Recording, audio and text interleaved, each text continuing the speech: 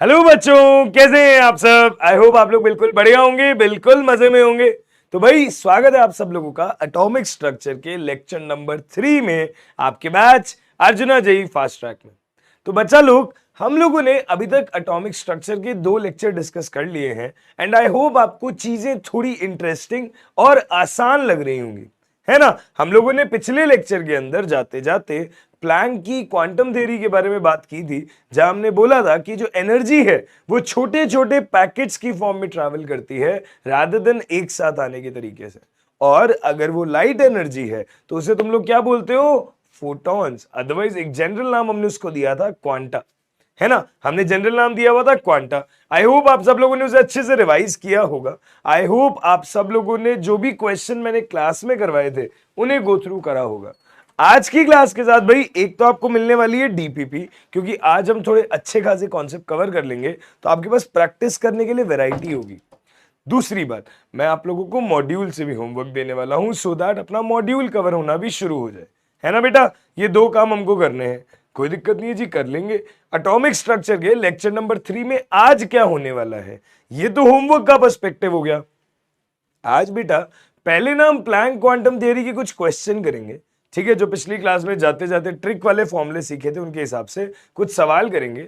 जब वो सवाल हमसे हो जाएंगे तो बेटा हम नया टॉपिक शुरू करेंगे, जो आप सब लोगों ने ऑलरेडी थोड़ा बहुत डेमो लेक्चर में देखा होगा, फोटो इलेक्ट्रिक इफेक्ट। थोड़ा बहुत आप लोगों ने डेमो लेक्चर में देखा होगा फोटो इलेक्ट्रिक इफेक्ट, है ना। उसे डिस्कस करेंगे, क्वेश्चंस करेंगे, उसके न्यूमेरिकल्स करेंगे, ग्राफ्स करेंगे, बहुत सारी बातें करेंगे, ठीक है जी, कोई दिक्कत नहीं है। आइए शुरू करते हैं आज का लेक्चर टुडेज टारगेट्स के साथ। आज के टुडेज टारगेट्स में पहली चीज होने वाली है प्लैंक्स क्वांटम थ्योरी का रिवीजन और उसकी प्रैक्टिस।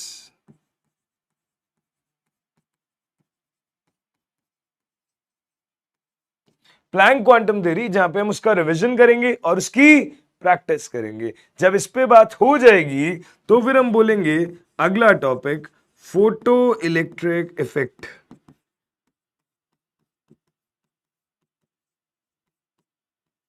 अगला टॉपिक फोटो इलेक्ट्रिक इफेक्ट, ठीक है। हम फोटो इलेक्ट्रिक इफेक्ट के कॉन्सेप्ट को डिस्कस करेंगे, हम इसके न्यूमेरिकल्स को डिस्कस करेंगे और हम उसके ग्राफ को डिस्कस करेंगे।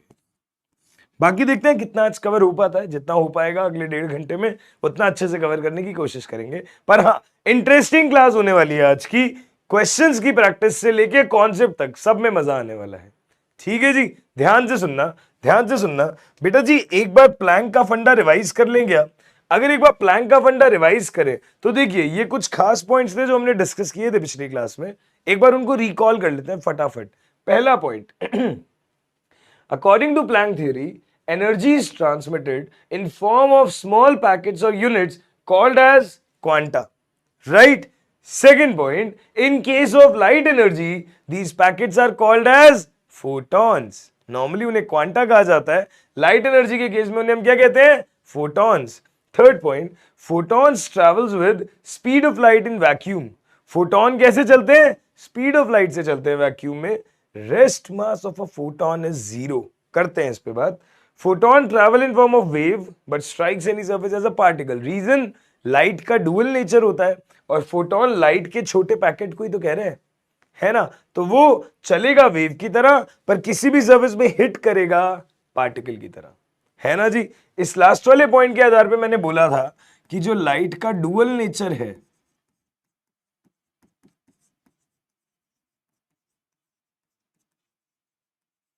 कि जो लाइट का डुअल नेचर है,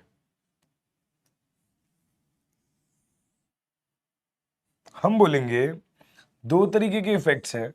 एक है वेव नेचर, एक है पार्टिकल नेचर। लाइट के 2 तरीके के इफेक्ट्स हैं, एक है वेव नेचर, एक है पार्टिकल नेचर। तो बेटा जी वेव नेचर के आधार पे जो इफेक्ट हम पढ़ रहे हैं वो ये जो हम अभी पढ़ रहे हैं, planks quantum theory.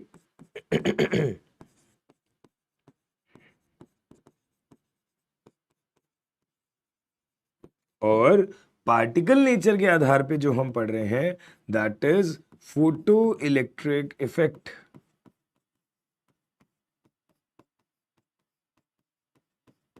That is photo electric effect. सही है, प्लैंक्स क्वांटम थ्योरी और फोटो इलेक्ट्रिक इफेक्ट। कोई दिक्कत, कोई समस्या, कोई परेशानी नहीं बेटा। अगर प्लैंक्स क्वांटम थ्योरी की बात करें ना, हमने बोला था एनर्जी पैकेट्स की फॉर्म में चलती है, और लाइट एनर्जी के केस में छोटे छोटे पैकेट्स को फोटोन कहा जाता है। और आप अच्छे से जानते हैं, अगर फोटोन है तो उसके साथ एक वेव एसोसिएटेड है। अभी हमने पिछली क्लास में, पिछली स्लाइड में भी देखा, पिछली क्लास में भी देखा। तो अगर फोटोन के साथ एक वेव एसोसिएटेड है तो उसकी एक फ्रीक्वेंसी भी होगी और एक वेवलेंथ भी होगी। अगर फोटोन के साथ एक वेव एसोसिएटेड है तो उस वेव की बच्चा एक फ्रीक्वेंसी भी होगी और वेवलेंथ भी होगी। तो मैंने आपको यह सिखाया था कि अगर एक फोटोन की बात करनी है, अगर एक फोटोन की बात करनी है तो हम बोलेंगे जो एनर्जी है फोटोन की वो प्रोपोर्शनल होगी उसके फ्रीक्वेंसी के। और जब प्रोपोर्शनैलिटी हटा देंगे तो हमारा फॉर्मूला बन जाएगा E is equal to H nu. जब प्रोपोर्शनैलिटी हटा देंगे तो हमारा फॉर्मूला बन जाएगा E is equal to H nu, जहां H क्या हो जाएगा, Planck's constant.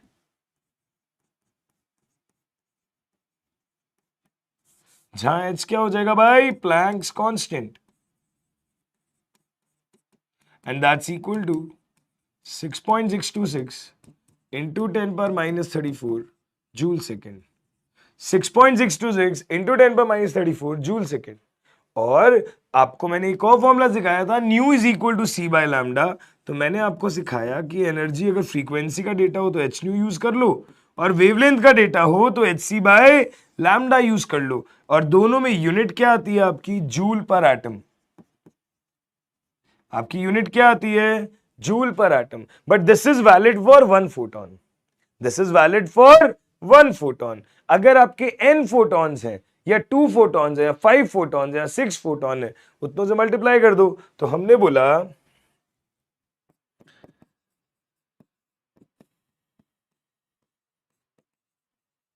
For n photons energy is equal to NH nu या फिर NHc by lambda. Energy is equal to NH nu या फिर NHc by lambda. Any problem? Cool है, बहुत बढ़िया, ये भी आ गया समझ में, बहुत सही। अगर ये समझ में आ गया कि एक फोटोन के लिए क्या चीजें हैं, n फोटोन के लिए क्या चीजें हैं, तो हम आगे बढ़ने की कोशिश करते हैं। अगर हम आगे बढ़ने की कोशिश करते हैं, अगर मैंने बोला 1 मोल फोटोन है, ध्यान से देखना, अगर मैंने बोला फॉर एग्जाम्पल कि 1 मोल फोटोन है, तो 1 मोल फोटॉन्स का मतलब क्या हो जाएगा, नंबर का मतलब क्या हो जाएगा, Na फोटॉन्स, है ना।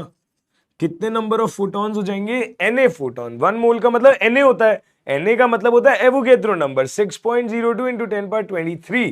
तो हम बोलेंगे एनर्जी क्या हो जाएगी, Na इंटू एच न्यू या फिर Na into H C by lambda. Na into H nu या Na into H C by lambda. ये हो जाएगा 1 मोल के लिए। ये हो गया नंबर के लिए। बेसिकली 1 मोल भी क्या, एक नंबर ही तो है कि Na स्पीशीज अगर एक साथ है तो उन्हें मैंने 1 मोल कह दिया, दैट्स इट। इतनी सी तो बात है, और कोई बात ही नहीं है ना जी। ये हमने बातें करी थी। बट मैंने आपको एक चीज बोली थी कि ये फॉर्मूला मैं भले ही बता रहा हूं, पर ये फॉर्मूला यूज करने से बचो। अगर आंसर प्लैंक्स कांस्टेंट के टर्म्स में मांगा है तो बेशक इस फॉर्मूले को यूज करो, बट अगर आंसर तुमसे इसके अलावा मांगा है तो आपके पास एक बेटर यूनिट आई है, इलेक्ट्रॉन वोल्ट, और आपको उसके टर्म में सॉल्व करना चाहिए। यदि आपको लैम्डा एंगस्ट्रॉम में दिया जाता है तो आप एनर्जी का फॉर्मूला n फोटॉन्स के लिए क्या लिख सकते हो, n into 12,400 bye lambda in angstrom, और यूनिट हो जाएगी ईवी पर atom. n into 12,400 bye lambda in angstrom EV पर एटम।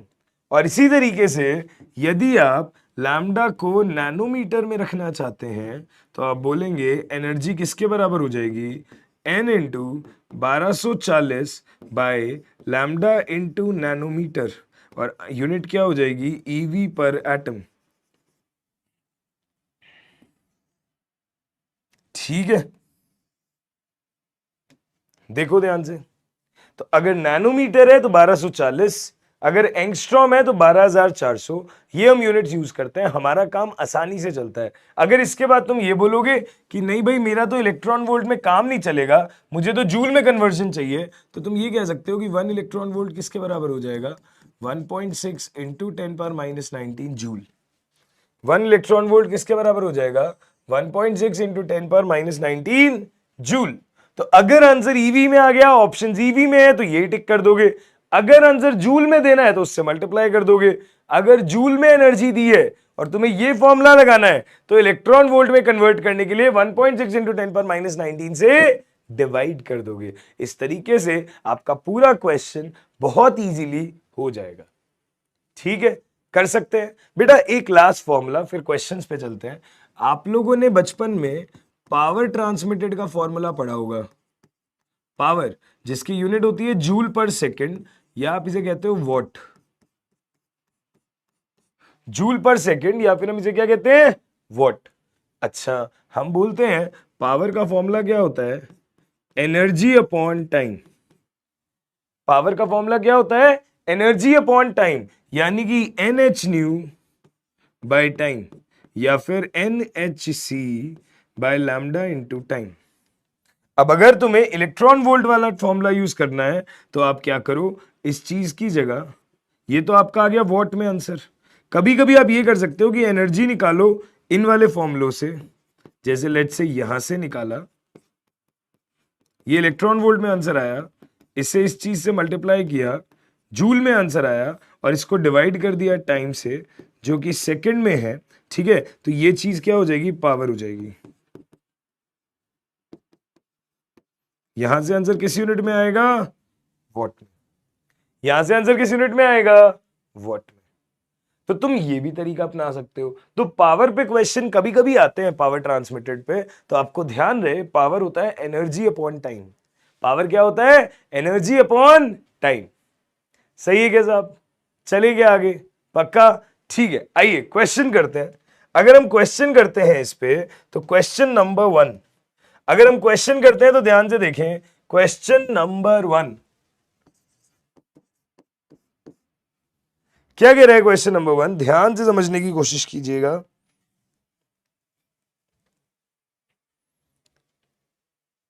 सवाल कह रहा है अ 60 what bulb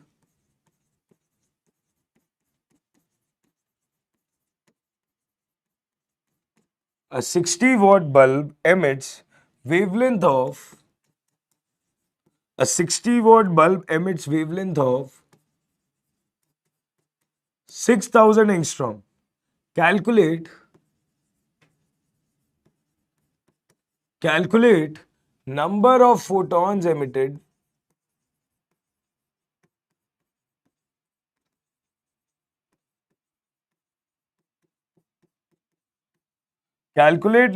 photons emitted in 10 hours.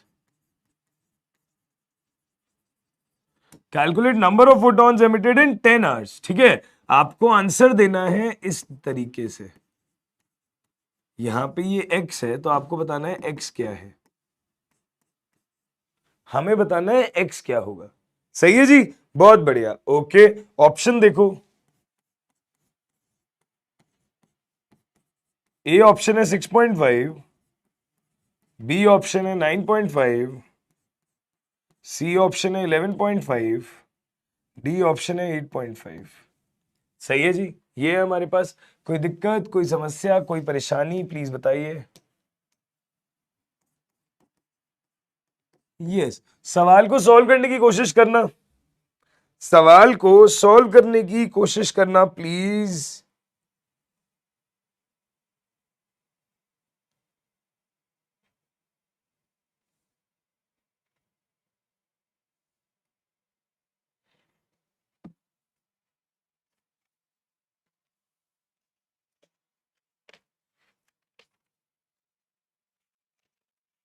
हाँ जी,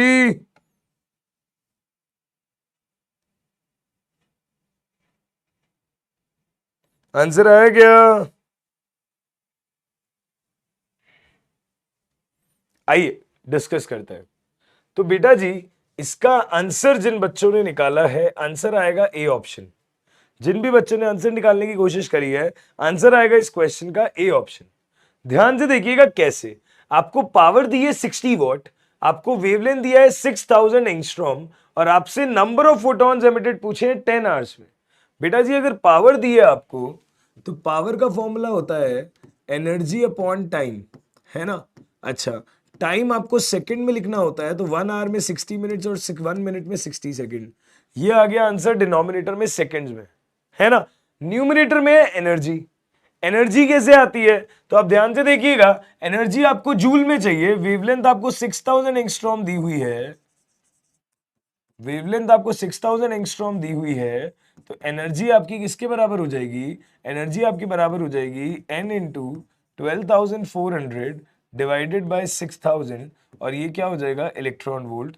2 0 से 2 0 कैंसिल, ये हो जाएगा 31 और ये हो जाएगा 15, तो हमने बोला 31n/15 electron volt, 31n/15 electron volt. सही है जी, ये एनर्जी आ गई।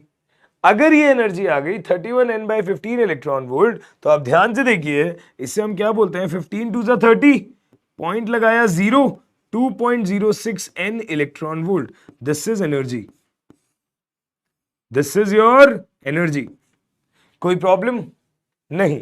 अगर यहां तक आंसर आ गया है, तो बेटा जी ये इलेक्ट्रॉन वोल्ट में आया है, मुझे जूल में कन्वर्जन करना है, तो 2.06 into N into 1.6 into 10 power -19, and this is in joules, this is in joules. ये एनर्जी आ गई। अगर मैं उसको ऊपर वाले एक्सप्रेशन के हिसाब से पुट करूंगा, तो फॉर्मूला आएगा power is equal to 2.06 into 1.6 into N into 10 power -19 divided by 10 into 3600। ये ध्यान से देखो, ये आ गई बात, ठीक है। ये पावर का एक्सप्रेशन बन गया। अगर ये पावर का एक्सप्रेशन बन गया, तो पावर की वैल्यू कितनी है तुम्हारे पास, 60 वॉट। पावर की वैल्यू कितनी है तुम्हारे पास, 60 वॉट। तो मैंने इस चीज को लिखा 60, और ये चीज बराबर हो गई n into 2.06 into 1.6 divided by 36 into 10 power 3, और ऊपर आ गया 10 पावर -19। सही है। यहां से n कितना आएगा, 60 into 36 into 10 power 3 divided by 2.06 into 1.6 into 10 power -19। देख लो भाई ध्यान से। और जब इस पूरे को सॉल्व करोगे ना, जब इस पूरे को सॉल्व करोगे ना, तो n की वैल्यू निकल करके आएगी लगभग 6.5 इंटू 10 पावर 24। तो ये जो वैल्यू है, ये क्या हो जाएगी तुम्हारी x। ये जो वैल्यू है, ये क्या हो जाएगी तुम्हारी x। यानी कि n की वैल्यू क्या हो जाएगी 6.5। अगर n की वैल्यू हो जाएगी 6.5, तो आंसर क्या आ जाएगा a। आंसर क्या आ जाएगा a। ठीक है जी, कोई दिक्कत, कोई डाउट, कोई परेशानी। इजी है। तो कैलकुलेशन करना आपका काम, एक्सप्रेशन तक ले जाना मेरा काम, है ना जी। कोई दिक्कत। चलिए एक क्वेश्चन और करें क्या, एक क्वेश्चन और करें क्या, आइए एक क्वेश्चन और करते हैं। ध्यान से देखिएगा, देखना भाई अगला सवाल। हम बोल रहे हैं a photon of 300 nanometre, a photon of 300 nanometer is absorbed by a gas,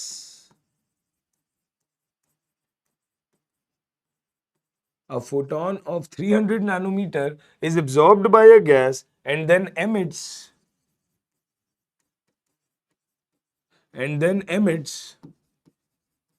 two photons. A photon of 300 nanometer is absorbed by a gas and then emits two photons. One photon has a wavelength of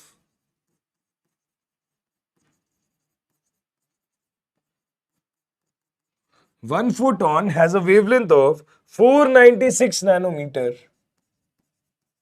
496 nanometer. Then the wavelength of second photon is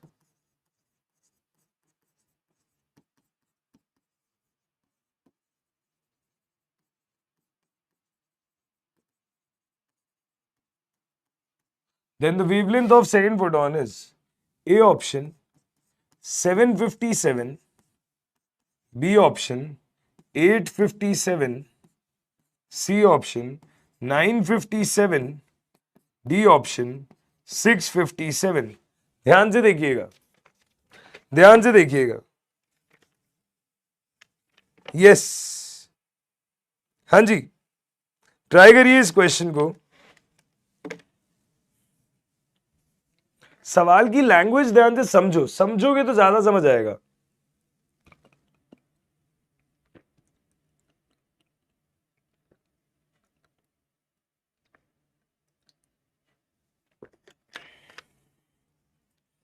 yes,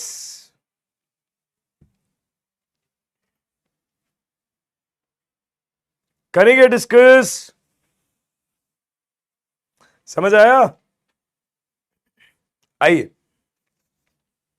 तो बेटा जिन भी बच्चों ने ये question solve कर लिया है उन्हें आंसर चाहिए होगा. आंसर होगा इसका ए ऑप्शन. लेट्स डिस्कस कैसे होगा ए ऑप्शन.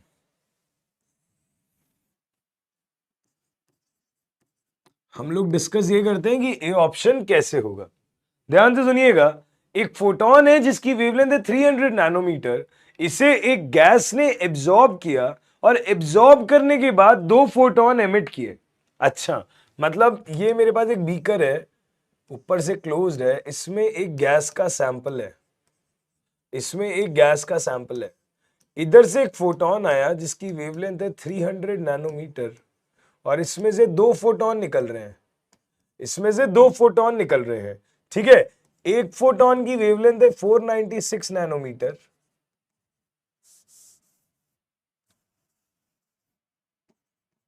जो दूसरा फोटोन है उसकी वेवलेंथ क्या है हमें बतानी है.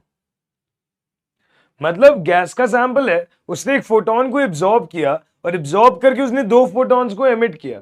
ठीक है, एक की वेवलेंथ दी है, दूसरे की बतानी है. मुझे एक बात बताओ, अगर फोटोन को एब्जॉर्ब किया, फोटॉन्स को एमिट किया, तो अगर एक फोटोन जिसकी वेवलेंथ इतनी है उसको एब्जॉर्ब करके दो फोटोन निकाले जा रहे हैं, तो क्या मैं ये कह सकता हूँ कि एनर्जी कांस्टेंट है? क्या मैं ये कह सकता हूं कि एनर्जी कांस्टेंट है? क्योंकि कोई एक्स्ट्रा सोर्स तो एनर्जी का है नहीं. जितनी एनर्जी यहां लगी होगी उतनी वहां लगी होगी. तो हम ये कहते हैं कि जितनी एनर्जी यहां लगी होगी, अगर इसको मैं बोलूं ई इनिशियल और इसे मैं बोलूं E1 और E2, तो हम ये बोले कि energy is always conserved. We know that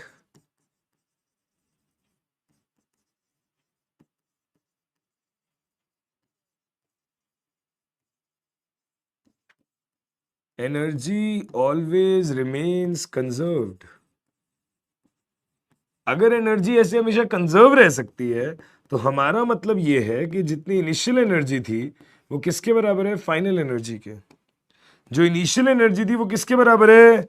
final energy के. ई initial is E1 plus E2, है ना? अगर ऐसा है तो ई इनिशियल क्या हो जाएगा? इलेक्ट्रॉन वोल्ट में ये, इलेक्ट्रॉन वोल्ट में ये हो जाएगा. नैनोमीटर में वेवलेंथ है तो 1240 डिवाइडेड बाय 300. अच्छा, लैम्डा 1 है 496, तो हम उसे क्या बोल देंगे? 1240 डिवाइडेड बाय 496 प्लस E2 को हम क्या बोल देंगे? लैम्डा 2 हमें निकालना है, तो वो हो जाएगा 1240 डिवाइडेड बाय लैम्डा 2. ध्यान से देखिए. ठीक है, 1240 1240 1240 कैंसिल हो गया. अगर 1240 कैंसिल हो गया तो हम बोलेंगे 1/300 इक्वल टू 1/496 प्लस 1/λ2. सही है. यहां से आप देखेंगे ध्यान से, 1/λ2 किसके बराबर आ जाएगा? 1/300 माइनस 1/496. ठीक है, अब आपको करना क्या है? एलसीएम वगैरह ले लो, सॉल्व कर लो. जब यहां से एलसीएम वगैरह लेके तुम लोग सॉल्व करोगे, जैसे तुमने डिनोमिनेटर में लिखा ये, तो ऊपर आएगा ये माइनस ये. इस तरीके से जो भी कैलकुलेशन बनेगी आप अपनी तरफ से एलसीएम लेके इसको सॉल्व करें. ठीक है, 1/λ2 की कैलकुलेशन से. और फाइनली जो λ2 यहां से निकल करके आएगा, फाइनली जो λ2 यहां से निकल करके आएगा वो कितना आएगा? 757 नैनोमीटर. फाइनली जो लैम्डा 2 यहां से निकल करके आएगा वो कितना आएगा, 757 नैनोमीटर। समझ आई बात? तो yes, this is what we have कि हमें लैम्डा 2 निकालना है बेस्ड ऑन E2 और हम उसे सॉल्व करेंगे। तो एनर्जी कंजर्व रहती है, बस वो वाला फॉर्मूला लगाया है और हमारा क्वेश्चन इजीली सॉल्व हो जाता है। कोई दिक्कत नहीं है ना? बहुत बढ़िया। अगर यहां तक भी बातें समझ में आती हैं तो एक क्वेश्चन और करते हैं, फिर आगे चलेंगे। एक क्वेश्चन और चेक करते हैं, फिर अगले टॉपिक पे चलेंगे, है ना? आइए ध्यान से।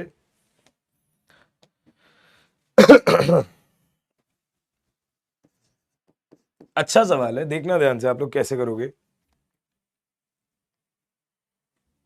मैंने बोला अ bulb having power of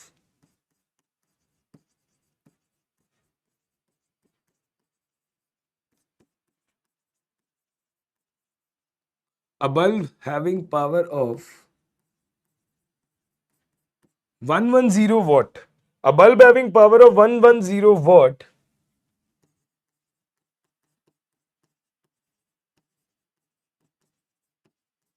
utilizes 25% of its energy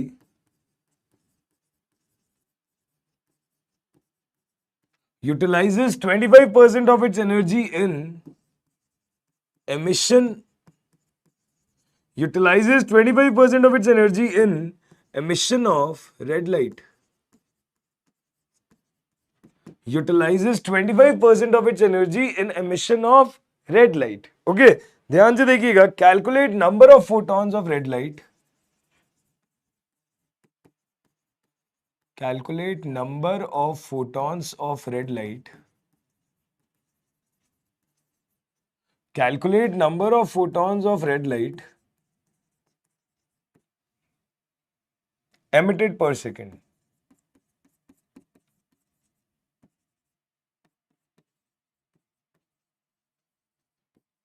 number of photons of red light emitted per second. आपको एक डेटा दिया हुआ है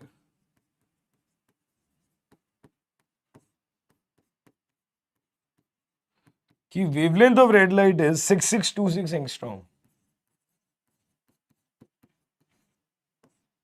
wavelength of red light is 6626 angstrom. Okay, options है आपके पास।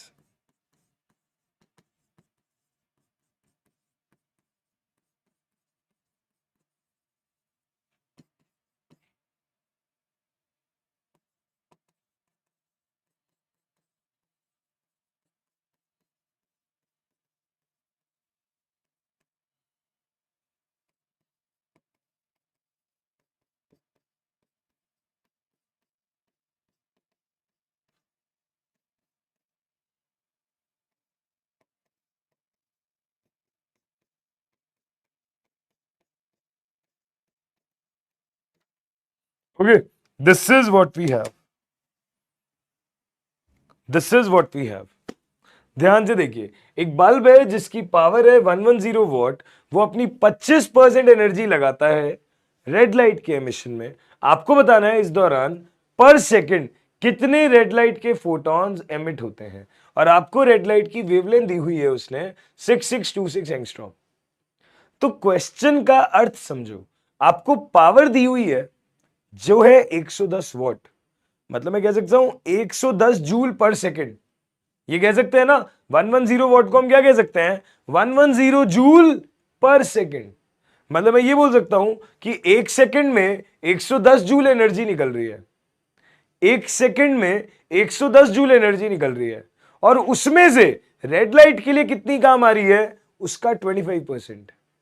उस 110 जूल में से रेड लाइट के एमिशन के लिए कितनी एनर्जी काम आ रही है, उसका 25%।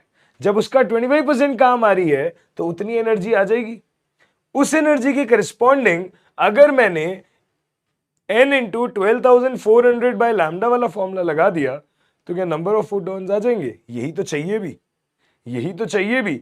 करना जरा कैलकुलेशन, वीडियो को पॉज करके। हिंट दे दिया मैंने, करना जरा कैलकुलेशन वीडियो को पॉज करके। Yes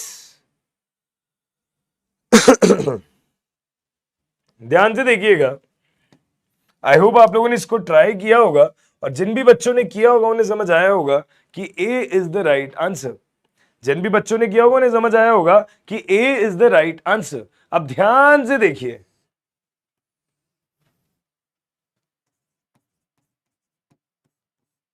a bulb having power of 110 watt utilizes 25% of its energy in emission of red light। ठीक है, 110 वॉट की 25% एनर्जी सिर्फ रेड लाइट के एमिशन में लग रही है। आपको बताना है पर सेकंड कितने रेड लाइट के फोटॉन्स एमिट हुए होंगे। सही है, ध्यान से सुनिएगा। हम बोलते हैं पावर का फॉर्मूला होता है एनर्जी अपॉन टाइम। पावर का फॉर्मूला होता है एनर्जी अपॉन टाइम, मतलब जूल पर सेकंड या फिर वॉट, और इस चीज की वैल्यू है 110 वॉट। इस चीज की वैल्यू है 110 वॉट। ओके, मतलब मैं ये बोलूं क्या कि मेरे पास पावर है 110 जूल पर सेकंड, यानी कि मैं यहां से ये कह सकता हूं कि एक सेकंड में 110 जूल एनर्जी एमिट हो रही है। एक सेकंड में कितनी एनर्जी एमिट हो रही है? 110 जूल, 110 जूल। कोई प्रॉब्लम नहीं। अगर एक सेकंड में 110 जूल एनर्जी एमिट हो रही है तो अब ध्यान से समझने की कोशिश कीजिए। क्वेश्चन कह रहा है इतने का 25% यूजेबल है, इतनी एनर्जी का 25% यूजेबल है। मतलब हम बोलेंगे यूजेबल एनर्जी कितनी है? हम बोलेंगे 25% ऑफ 110 जूल। यूजेबल एनर्जी कितनी है? 25% ऑफ 110 जूल, यानी कि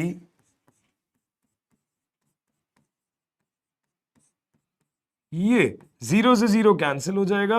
11 5 जा 55, 11 2 जा 22 और 5 27 डिवाइडेड बाय 10, आंसर आएगा 27.5 जूल। 27.5 जूल। कोई प्रॉब्लम, कोई समस्या, कोई परेशानी, प्लीज बताएं। यूजेबल एनर्जी आ गई। जैसे ही बेटा आपकी यूजेबल एनर्जी उतनी आ जाएगी, 27.5 जूल आ जाएगी, तो आगे सुनिएगा। जैसे ही यूजेबल एनर्जी आ गई, इस एनर्जी की करस्पॉन्डिंग ये किसकी है? रेड लाइट की है। ये किसकी एनर्जी है? रेड लाइट की।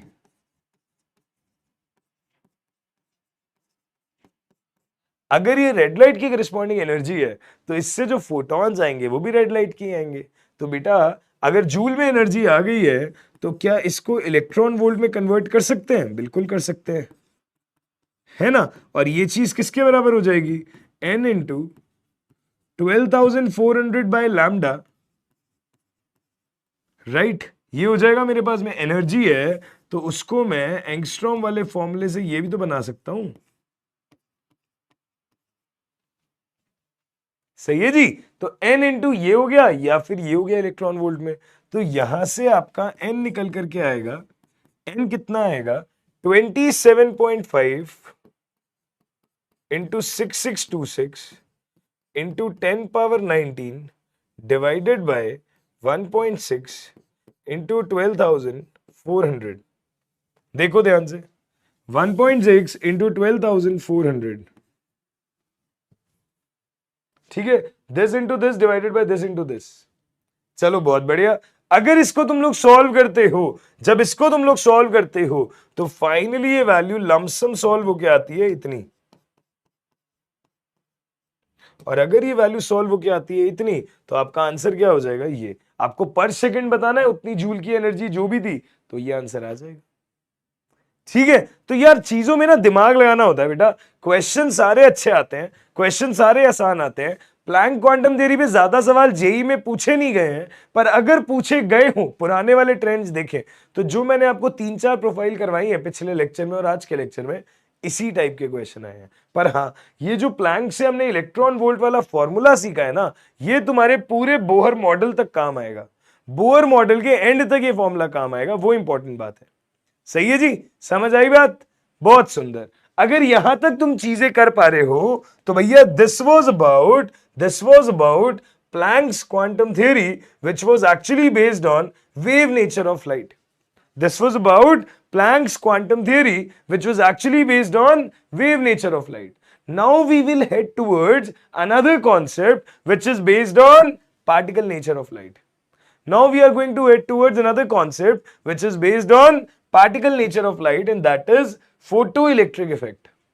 That is photo electric effect. Okay, चलो जी, फोटो इलेक्ट्रिक इफेक्ट की बात करें तो बेटा बहुत ही मजेदार, बहुत ही अच्छा कॉन्सेप्ट, फिजिक्स में डायरेक्टली काम आने वाला कॉन्सेप्ट। ये तुम फिजिक्स में भी पढ़ोगे, केमिस्ट्री में हम पढ़ ही रहे हैं, सही है, फिजिक्स में भी पढ़ोगे, केमिस्ट्री में हम पढ़ ही रहे हैं। एंड इस टॉपिक का नाम है फोटो इलेक्ट्रिक इफेक्ट। इस टॉपिक को समझने के लिए, इस टॉपिक को समझने के लिए एक नारा है जो मैं अभी बता रहा हूं, और वो हमें अंत तक चलाना है। एक नारा है, ठीक है, एक स्लोगन है जो मैं अभी बता रहा हूं, वो हमें अंत तक चलाना है। And that simple slogan is एक फोटॉन एक इलेक्ट्रॉन, दैट्स इट। इस नारे को जितना बढ़िया समझ लोगे उतना ज्यादा फायदा होगा। एक फोटॉन एक इलेक्ट्रॉन, ठीक है। क्या होने वाला है फोटो इलेक्ट्रिक इफेक्ट में, तो ध्यान से देखिएगा। फोटो मतलब something related to photons, light. Electric मतलब इलेक्ट्रिसिटी, इफेक्ट फोटोन की वजह से इलेक्ट्रिसिटी पैदा होने वाला इफेक्ट, फोटोन की वजह से इलेक्ट्रिसिटी प्रोड्यूस करने वाला इफेक्ट। समझ रहे हो? तो फोटो इलेक्ट्रिक इफेक्ट, इसका नाम का मतलब समझो, फोटोन की वजह से इलेक्ट्रिसिटी प्रोड्यूस होने वाला इफेक्ट। बेटा जी कहां पाया जाता है ये? जनरली पाया जाता है कैसे? ध्यान से सुनना, आप सबको पता है जो मेटल्स होते हैं, मेटल, मेटल के अंदर फ्री इलेक्ट्रॉन्स होते हैं। जो मेटल होते हैं उनमें क्या होते हैं? फ्री इलेक्ट्रॉन्स होते हैं, राइट।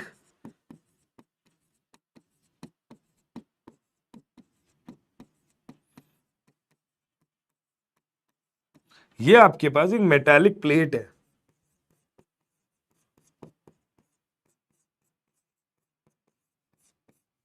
ये आपके पास एक मेटालिक प्लेट है, ठीक है। मेटालिक प्लेट में बहुत सारे फ्री इलेक्ट्रॉन्स हैं जो इधर उधर इधर उधर इधर उधर इधर उधर कंटिन्यूसली कंटिन्यूसली रैंडम मोशन अंदर करते रहते हैं, है ना। अगर मेटल में फ्री इलेक्ट्रॉन रैंडम मोशन करते रहते हैं तो क्या होता है, बात को समझो। होता क्या है, हम बोलते हैं यहां से एक फोटोन आया, यहां से एक फोटोन आया जिसकी फ्रीक्वेंसी है न्यू और जिसकी वेवलेंथ है लैम्डा, जिसकी फ्रीक्वेंसी है न्यू और वेवलेंथ है लैम्डा। फोटोन तुमको पता है चलता है वेव की तरह, पर अगर इस मेटल की प्लेट पे आके उसे हिट करना है तो हिट करेगा पार्टिकल की तरह। तो फोटोन जो है वो वेव की तरह चलता हुआ आया और इस मेटालिक प्लेट से आके स्ट्राइक करा। द मोमेंट फोटोन इस मेटालिक प्लेट पे आके स्ट्राइक करता है, इस प्लेट से इलेक्ट्रॉन बाहर निकलता है, इस प्लेट में से इलेक्ट्रॉन बाहर निकलता है, ठीक है। ध्यान से देखना मैंने क्या बोला, जब एक फोटोन आता है एक इलेक्ट्रॉन निकलता है, यदि दो फोटॉन्स आते हैं दो इलेक्ट्रॉन निकलते हैं, यदि 5 फोटॉन्स आते हैं तो 5 इलेक्ट्रॉन निकलते हैं। हम ये कहते हैं जब भी एक फोटोन जिसकी फ्रीक्वेंसी है न्यू, जिसकी वेवलेंथ है लैम्डा, वो अगर किसी मेटालिक प्लेट पे आके हिट करता है तो उसमें से इलेक्ट्रॉन को निकाल देता है, उसमें से इलेक्ट्रॉन को निकाल देता है। कोई दिक्कत, कोई समस्या, कोई परेशानी? ठीक है, इसीलिए मैंने बोला एक फोटोन एक इलेक्ट्रॉन। अगर एक फोटोन आएगा और इसमें से क्या निकालेगा? एक इलेक्ट्रॉन। अगर एक फोटोन आएगा इसमें से क्या निकालेगा? एक इलेक्ट्रॉन। समझ आ रही है क्या बात? कोई दिक्कत, कोई समस्या, कोई परेशानी नहीं है ना? एक फोटोन एक इलेक्ट्रॉन। तो हम बोलते हैं वेनेवर, लिखते हैं, काम करते हैं इसको, फिर इसके बारे में डिटेल में बातें करेंगे, डिटेल में बातें करेंगे, सुनिएगा।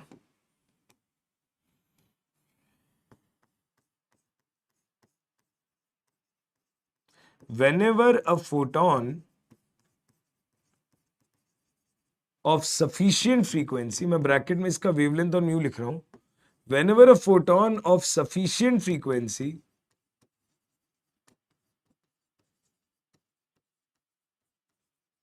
whenever a photon of sufficient frequency strikes a metal plate,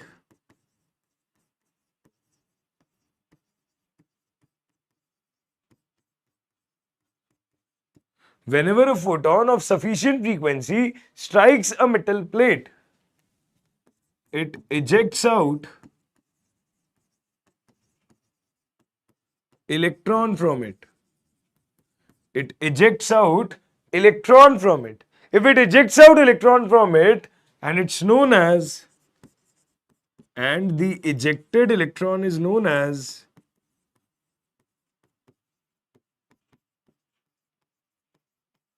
photoelectron, and the ejected electron is known as photoelectron, and the effect is known as and the effect is known as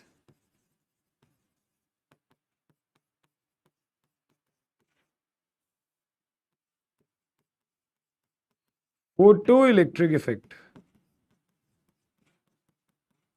and the effect is known as photoelectric effect.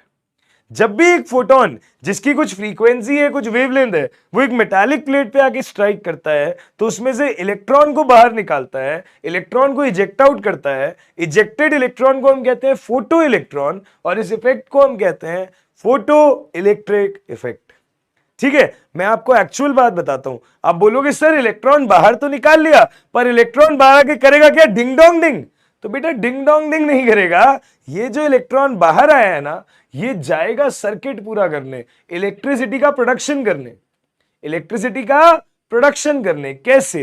ये जो चीज है ये तो मैंने तुम्हें बड़े आसान तरीके से बताई है फील दिलाने के लिए, but actually photo electric effect ऐसे नहीं, एक पूरे सर्किट में होता है। ठीक है, पूरा सर्किट एक सेटअप होता है जिसमें फोटो इलेक्ट्रिक इफेक्ट होता है। आई विल शो यू कैसे। सुनना ध्यान से। ये देखो भैया, ये देखो, ये तुम्हारे पास एक वैक्यूम चेंबर है। ये तुम्हारे पास में क्या, एक वैक्यूम चेंबर है जिसमें तुम्हारे पास कैथोड और एनोड होने चाहिए। तो मैंने क्या बोला है, मैंने ना एनोड की जगह पे तो ये डिटेक्टर लगा दिया विच इज पॉजिटिवली चार्ज्ड, और कैथोड की जगह पे ये मेटल सरफेस लगा दिया which is negatively charge. I hope, I guess तुम लोगों को दिख नहीं रहा होगा वहां, मैं थोड़ा इसको हाईलाइट कर देता हूं।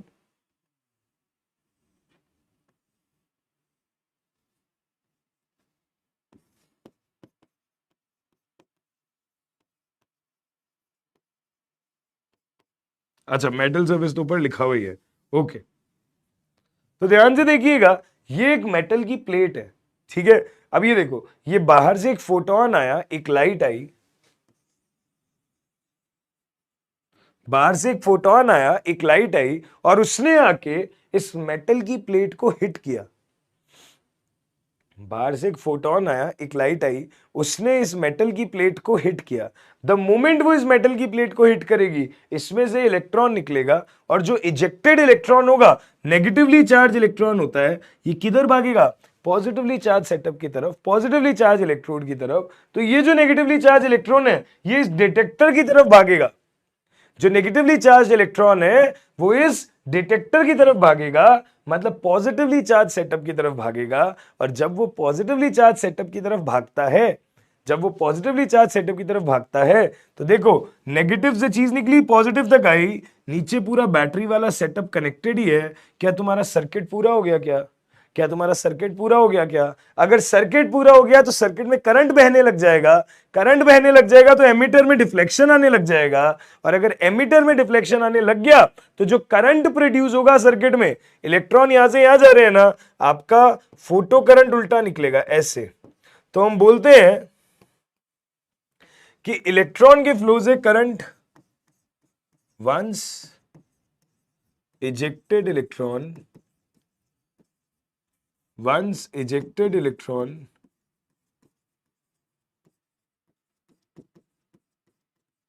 reaches detector, once ejected electron reaches detector, circuit gets completed,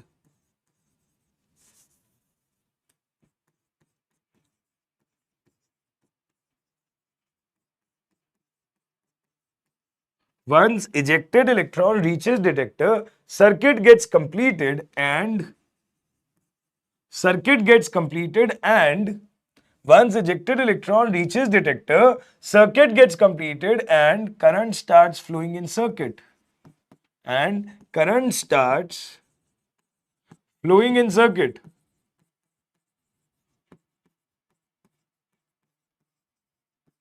which is known as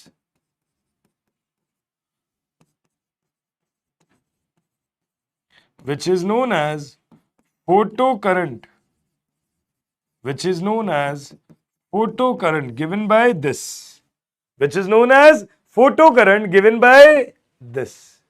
तो एक बार जो इलेक्ट्रॉन इजेक्ट हुआ और वो डिटेक्टर तक पहुंच गया, मतलब पॉजिटिवली चार्ज इलेक्ट्रोड तक पहुंच गया, मतलब एनोड तक पहुंच गया, हम बोलेंगे सर्किट आपका कंप्लीट हो गया। सर्किट कंप्लीट हो गया तो करंट बहने लग गया, और वो जो करंट होता है उसे हम क्या कहते हैं? फोटो करंट, क्योंकि फोटो इलेक्ट्रिक इफेक्ट की वजह से आ रहा है, राइट? तो this is the entire setup of photo electric effect.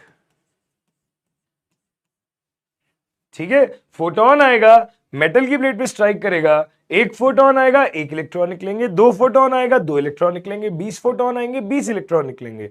इस तरीके से करंट बहने लग जाएगा, सर्किट पूरा हो जाएगा, है ना जी? बढ़िया। पर बेटा जी आपको एक बात मैं बता दूं, जो चीजें बहुत आसान लगती हैं वो उतनी आसान वास्तव में होती नहीं है।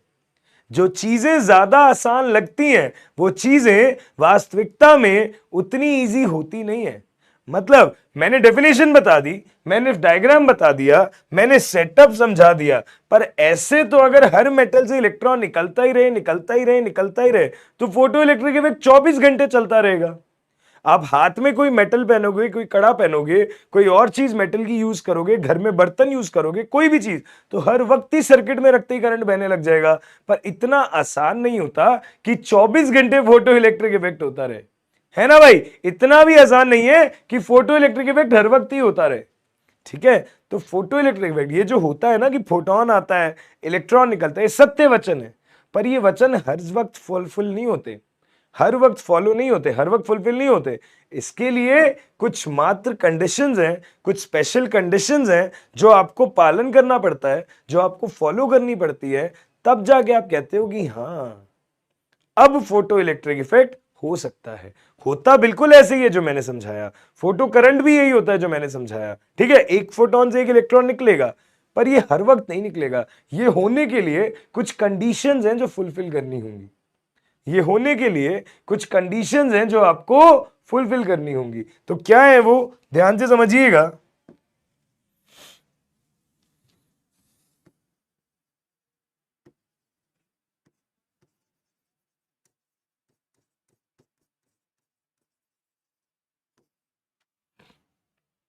क्या कंडीशंस हैं जो आपको फुलफिल करनी होंगी, उसके बारे में ध्यान से बात कर लेते हैं। Conditions to show photo electric effect, conditions to show photo electric effect. Okay, ध्यान से सुनिएगा क्या कंडीशंस हैं। तो बेटा वो कंडीशंस हम पढ़ेंगे, और वो सारी चीजें इन पे बेस्ड है, वो सारी चीजें इन पे बेस्ड है। ये कुछ टर्म्स हैं जो मुझे एक एक करके समझने जरूरी हैं, ये कुछ टर्म्स हैं जो मुझे एक एक करके समझने जरूरी हैं। Once I get used to these terms, सारा काम मेरा बन जाएगा। वर्क फंक्शन, वर्क फंक्शन क्या होता है? इसे बोला जाता है फाइ से। ठीक है, थ्रेशोल्ड फ्रीक्वेंसी को बोला जाता है न्यू नॉट से, थ्रेशोल्ड वेवलेंथ को बोला जाता है लैम्डा नॉट से, और मैक्सिमम काइनेटिक एनर्जी को बोला जाता है के मैक्स से। मैक्सिमम काइनेटिक एनर्जी चलो बाद में आएगा, मेजरली जो कंडीशन समझने की बातें हैं वो फर्स्ट 3 पॉइंट्स हैं। मेजरली जो कंडीशन समझने की बातें हैं वो फर्स्ट 3 पॉइंट्स हैं। Work function, threshold frequency, threshold wavelength.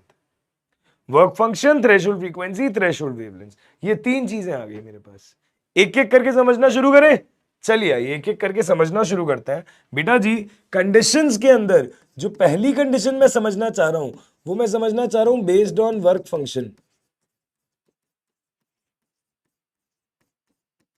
Work function होता है फाइ। वर्क फंक्शन क्या होता है? फाइ। समझो फाइ क्या होता है। हम बोलते हैं बेटा वर्क फंक्शन एक तरीके की एनर्जी ही है, वर्क फंक्शन एक तरीके की एनर्जी है। हम बोलते हैं it is defined as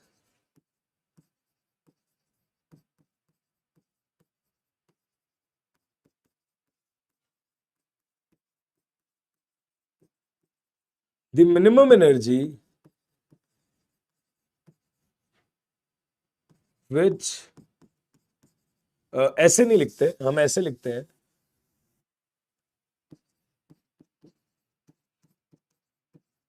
it is the energy associated with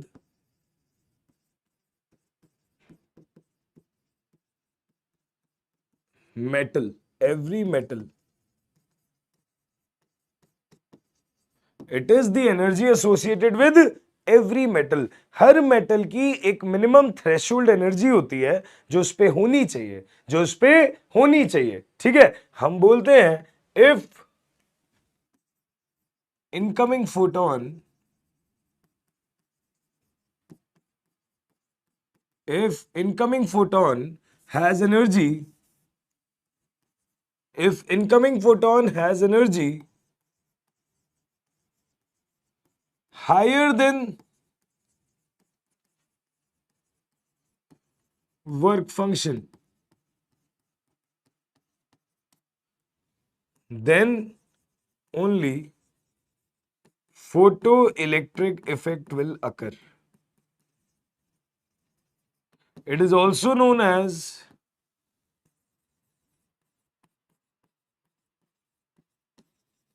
threshold energy.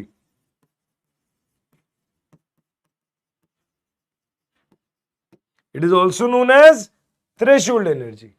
ठीक है, हमने बोला हर मेटल के साथ जो एक एनर्जी एसोसिएटेड होती है वो वर्क फंक्शन होती है, और जो भी इनकमिंग फोटोन है उसके पास उस मेटल प्लेट की इनहेरेंट एनर्जी से ज्यादा एनर्जी होनी चाहिए, तभी फोटो इलेक्ट्रिक इफेक्ट होता है, नहीं तो नहीं होता। हम बोलते हैं डिफरेंट मेटल्स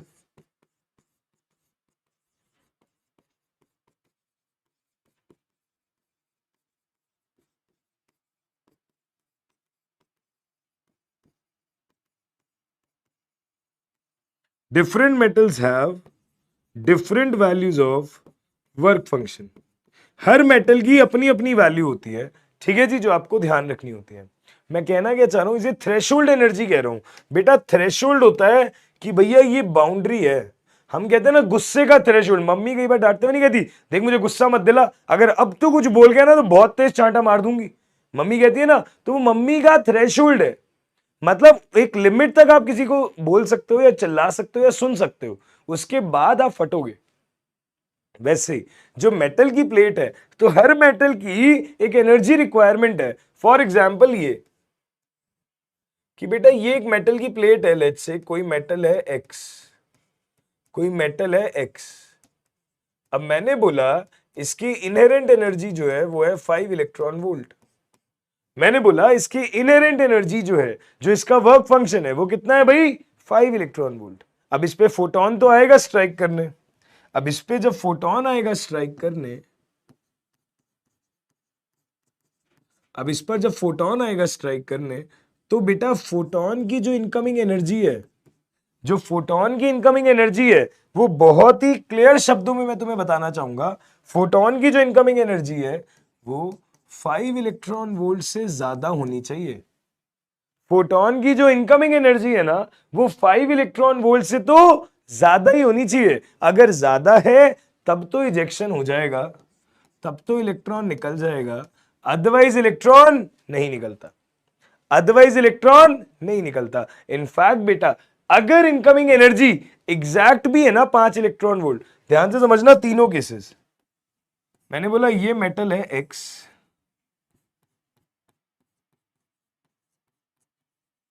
ये मेटल है एक्स, हम बोलेंगे ये फोटोन है, ठीक है जी।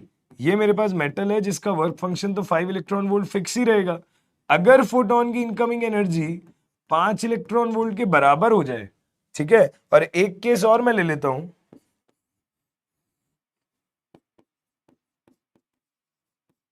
ये मेटल एक्स, ठीक है, यदि फोटोन की इनकमिंग एनर्जी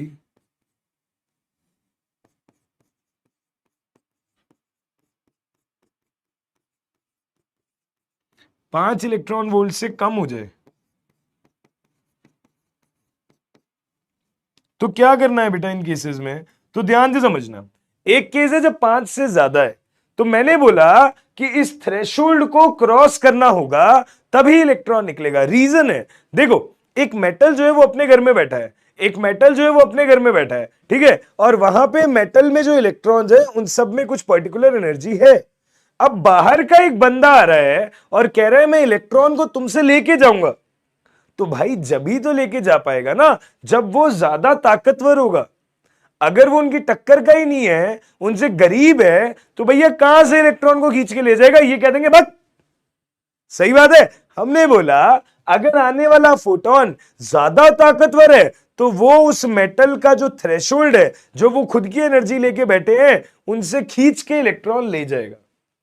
परंतु अगर वो कम ताकतवर है आने वाला, तो वो आएगा तो सही इलेक्ट्रॉन को लेने, पर मेटल प्लेट इस वक्त ज्यादा भारी है, आने वाले फोटोन की एनर्जी उतनी ज्यादा नहीं है। अगर उतनी ज्यादा नहीं है तो आपको साफ साफ समझ आएगा कि ऐसी स्थिति में इलेक्ट्रॉन बाहर आने का सोचेगा भी नहीं। और अगर इलेक्ट्रॉन बाहर आएगा ही नहीं तो फोटो इलेक्ट्रिक इफेक्ट तो संभव ही नहीं है ना, क्योंकि इलेक्ट्रॉन बाहर ही नहीं आया तो भैया डिटेक्टर तक पहुंचेगा ही नहीं, डिटेक्टर तक पहुंचेगा ही नहीं, करंट बहेगा ही नहीं, क्योंकि सर्किट पूरा होगा ही नहीं। और अगर इलेक्ट्रॉन बाहर आ गया तो ऑब्वियस सी बात है, बाहर आके डिंग डोंग डिंग तो नहीं करेगा, मैंने पहले ही कहा था, वो पहुंचेगा डिटेक्टर तक, सर्किट को कंप्लीट करेगा, सर्किट को कंप्लीट करेगा तो फोटो इलेक्ट्रिक इफेक्ट जरूर करेगा। तो हम बोलेंगे इस स्थिति में फोटो इलेक्ट्रिक इफेक्ट हो जाएगा। परंतु अगर इस स्थिति में देखो, ये 3 केसेस है मेरे पास, ये पहला केस, ये दूसरा केस, ये तीसरा केस। इस स्थिति में क्या है बेटा जी, जो इनकमिंग फोटोन है उसकी एनर्जी है 5 इलेक्ट्रॉन वोल्ट, और जो मेटल की प्लेट है इसकी एनर्जी भी है 5 इलेक्ट्रॉन वोल्ट। अगर दोनों की एनर्जी बराबर है तो बेटा जिस ताकत का मेटल खुद है उसी ताकत का फोटोन भी आ रहा है, तो भैया ताकत क्या है? बराबर। तो बेटा जी इलेक्ट्रॉन बाहर तो कतई नहीं आएगा, क्योंकि उसको उससे ज्यादा ताकतवर चाहिए, तभी इलेक्ट्रॉन को खींच के ले जा पाएगा। बाहर तो नहीं आएगा, इलेक्ट्रॉन बस सरफेस पे ऐसे आ सकता है बस। मतलब वो कहते हैं ना, तू छत पर आजा कुड़िए, तो बस छत पर आ जाएगी, भागेगी नहीं उसके साथ भाई। सही है, तो छत पे आ जाएगी, दीदार कर लो, देख लो, खुश हो जाओ, साथ में ले जाके शादी नहीं कर सकते या डेट पे नहीं ले जा सकते। सही है साहब, एज सिंपल एज दैट। तो इलेक्ट्रॉन बस सरफेस पे आके रुक जाएगा। तो हम बोलेंगे ऐसी स्थिति में electron will just eject out,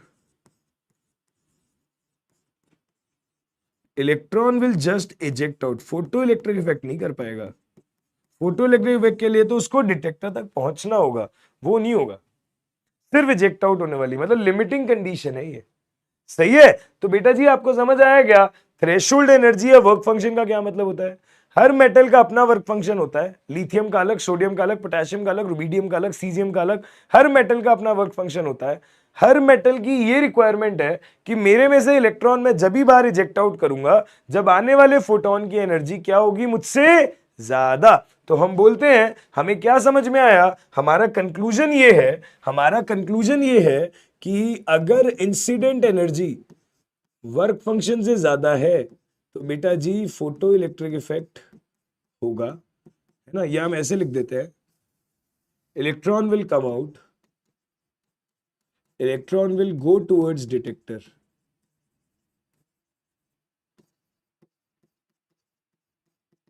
और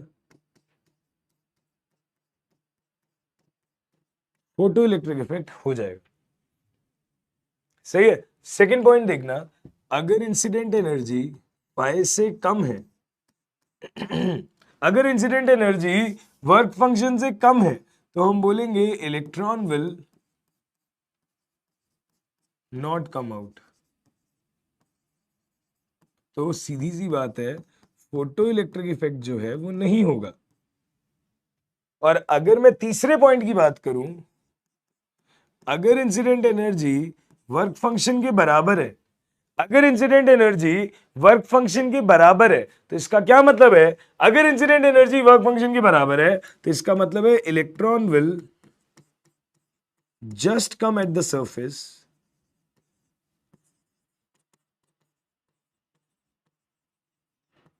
but will not reach detector, but will not go towards detector। और अगर ऐसा है तो हम बोलेंगे फोटो इलेक्ट्रिक इफेक्ट यहां भी नहीं होगा। So this is the necessary condition to show photo electric effect कि इंसिडेंट एनर्जी वर्क फंक्शन से ज्यादा हो जाए। बोलो हाँ या ना? भैया बताओ, समझ आ गया होगा? अरे अरे अरे, ये क्या बन गया भैया, ये क्या बन गया भैया? भैया देख रहा है, भैया देखो तो, यस। ठीक है, वर्क फंक्शन के बारे में मैंने आपको सब बता दिया। कुछ लोग वर्क फंक्शन ना बोल के थ्रेशोल्ड एनर्जी भी बोलते हैं, तो बोल सकते हैं, कोई फर्क नहीं पड़ता। ठीक है जी, incident energy and work function लिख देते हैं यहां पे इनका मतलब, जिन बच्चों को ना समझ आए। ईआई का मतलब होता है इंसिडेंट एनर्जी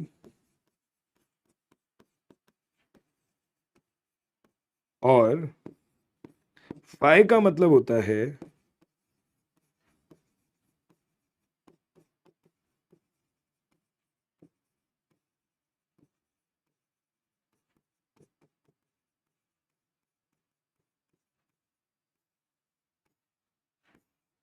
थ्रेशोल्ड एनर्जी और वर्क फंक्शन। सही है साहब, बहुत बढ़िया, यहां तक सब ठीक है, बढ़िया है। चलो आओ आगे बात करते हैं। वर्क फंक्शन के बारे में हमारी सारी बात हो गई। अब बेटा जी अगला पॉइंट, अगला पॉइंट, अगला पॉइंट है थ्रेशोल्ड वेवलेंथ।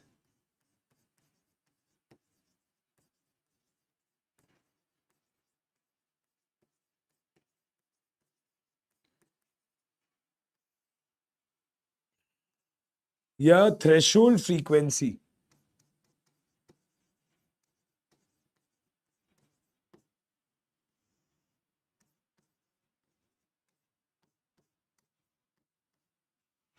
थ्रेशोल्ड फ्रीक्वेंसी, इसे हम शो करते हैं न्यू नॉट से। थ्रेशोल्ड फ्रीक्वेंसी, इसे हम क्या शो करते हैं, न्यू नॉट से। अब बेटा जी एनर्जी होती है एच न्यू या एच सी बाय लैम्डा, है ना। तो एनर्जी का फॉर्मूला तो तुमको पता ही है, तो मैं एनर्जी को फ्रीक्वेंसी के टर्म में भी तो लिख सकता हूं। एनर्जी फ्रीक्वेंसी के डायरेक्टली प्रोपोर्शनल ही तो है, तो सीधी सी बात है, आप बोलते हो थ्रेशोल्ड फ्रीक्वेंसी क्या होती है, it is defined as the minimum frequency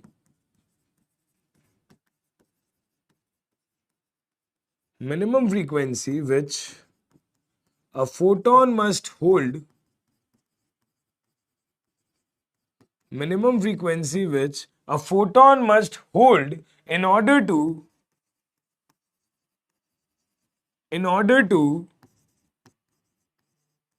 bring electron out from metallic surface, in order to bring electron out from metallic surface।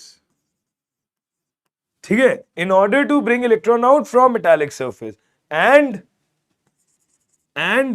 for photoelectric effect to occur, and for photoelectric effect to occur, the incident frequency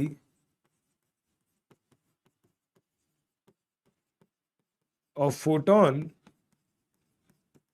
must be higher than the incident frequency of photon must be higher than threshold frequency।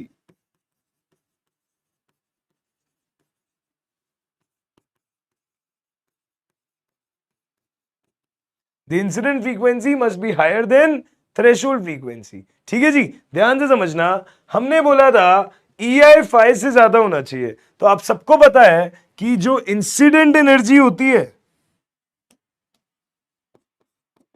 उससे तो मैं लिख देता हूं H new, पर जो phi होगा इससे मैं लिख दूंगा H nu not. Incident energy को मैं लिखता हूं एच न्यू, जो वर्क फंक्शन होता है उसे हम लिखते हैं एच न्यू नॉट। तो बेटा अगर आपकी इंसिडेंट एनर्जी फाई से ज्यादा है तो आप बोलोगे कि अगर आपका न्यू नॉट से ज्यादा है, क्योंकि इंसिडेंट एनर्जी की जगह अगर आप एच न्यू लिखो और फाई की जगह अगर आप एच न्यू नॉट लिखो तो एच और एच तो कैंसिल ही हो जाएगा। तो सीधी सी बात है, अगर न्यू नॉट से ज्यादा है तो आप बोलोगे फोटो इलेक्ट्रिक इफेक्ट हो जाएगा, इलेक्ट्रॉन बाहर आ जाएगा, डिटेक्टर तक चला जाएगा। अगर तुम्हारा न्यू जो है वो न्यू नॉट से कम है तो सीधी सी बात है इलेक्ट्रॉन बाहर ही नहीं आएगा। अगर इलेक्ट्रॉन बाहर ही नहीं आएगा तो फोटो इलेक्ट्रिक एमिशन ही नहीं होगा। और अगर तुम्हारा न्यू जो है वो न्यू नॉट के बराबर है तो आप बोलोगे इलेक्ट्रॉन सिर्फ सरफेस तक आएगा, डिटेक्टर तक नहीं पहुंच पाएगा, मतलब फोटो इलेक्ट्रिक इफेक्ट तो नहीं होगा। सही है, nu equal to nu naught, ये कंडीशन है कि इलेक्ट्रॉन मेटालिक सरफेस से बाहर आ जाए, पर डिटेक्टर तक जाने के लिए उसको ज्यादा फ्रीक्वेंसी रखनी पड़ेगी। मतलब अगर मैं इसको मेटालिक प्लेट के रिस्पेक्ट में समझना चाहूं, अगर मैं इसको मेटालिक प्लेट के रिस्पेक्ट में समझना चाहूं, तो मैं ये कह सकता हूं बेटा जी कि अगर ये मेरे 3 मेटालिक सर्फेसेस हैं,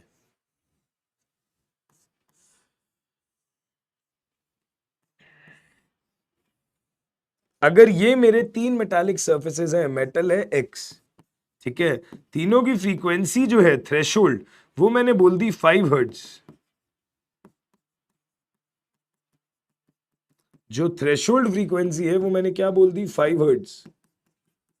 तो जो इंसिडेंट फोटोन होगा ना, जो इंसिडेंट फोटोन है, ध्यान से देखिए, यहां अगर इंसिडेंट फोटोन की एनर्जी है 7 हर्ट्ज, यहां अगर इंसिडेंट फोटोन की एनर्जी है 4 हर्ट्ज, और यहां अगर इंसिडेंट फोटोन की एनर्जी है 5 हर्ट्ज, तो जो इजेक्टेड इलेक्ट्रॉन है उसके बारे में क्या ख्याल होगा हम डिस्कस करते हैं।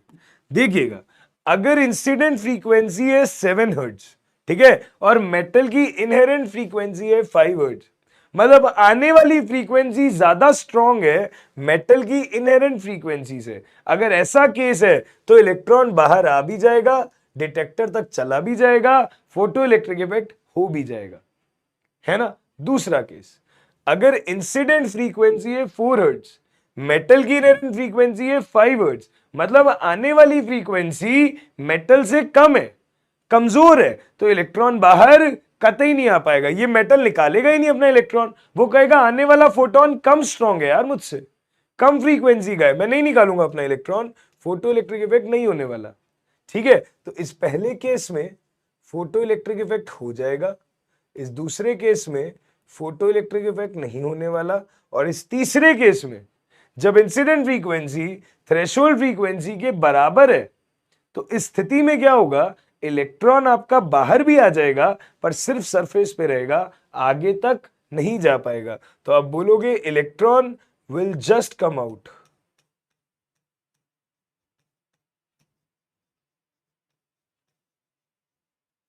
And if electron will just come out, won't reach आगे तक, तो फोटो इलेक्ट्रिक इफेक्ट तो यहां भी नहीं होगा, फोटो इलेक्ट्रिक इफेक्ट तो यहां भी नहीं होगा। तो this is first point, this is second point, this is third point.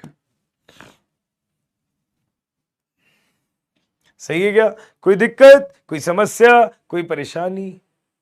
Frequency वाला पॉइंट भी समझ आ गया? तो बेटा जी आपको थ्रेशोल्ड एनर्जी भी समझ आ गई, आपको थ्रेशोल्ड फ्रीक्वेंसी भी समझ आ गई। नाउ इट्स टाइम हम चले हमारे अगले टॉपिक पे, और अगला टॉपिक है थ्रेशोल्ड वेवलेंथ।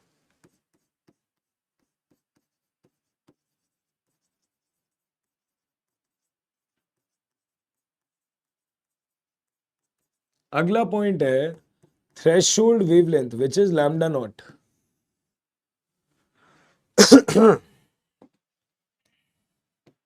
अगला पॉइंट है threshold wavelength which is lambda naught. अब बेटा जी फ्रीक्वेंसी तो एनर्जी के प्रोपोर्शनल होती थी, तो अगर फ्रीक्वेंसी मिनिमम तो एनर्जी भी मिनिमम, हम ये कह देते थे। पर वेवलेंथ के केस में उल्टा होगा, क्योंकि तुम्हें पता है एनर्जी और वेवलेंथ इनवर्सली प्रोपोर्शनल है, energy is H C by lambda, तो इनवर्सली प्रोपोर्शनल है, तो हम बोलेंगे it is the maximum wavelength,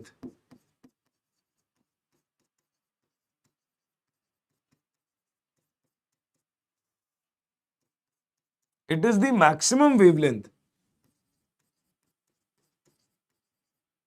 which photon can have in order to eject out photoelectron and bring on surface.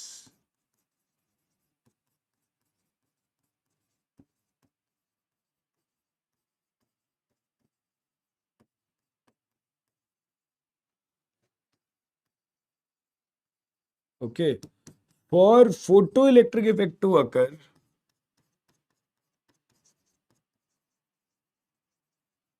for photoelectric effect to occur, we say that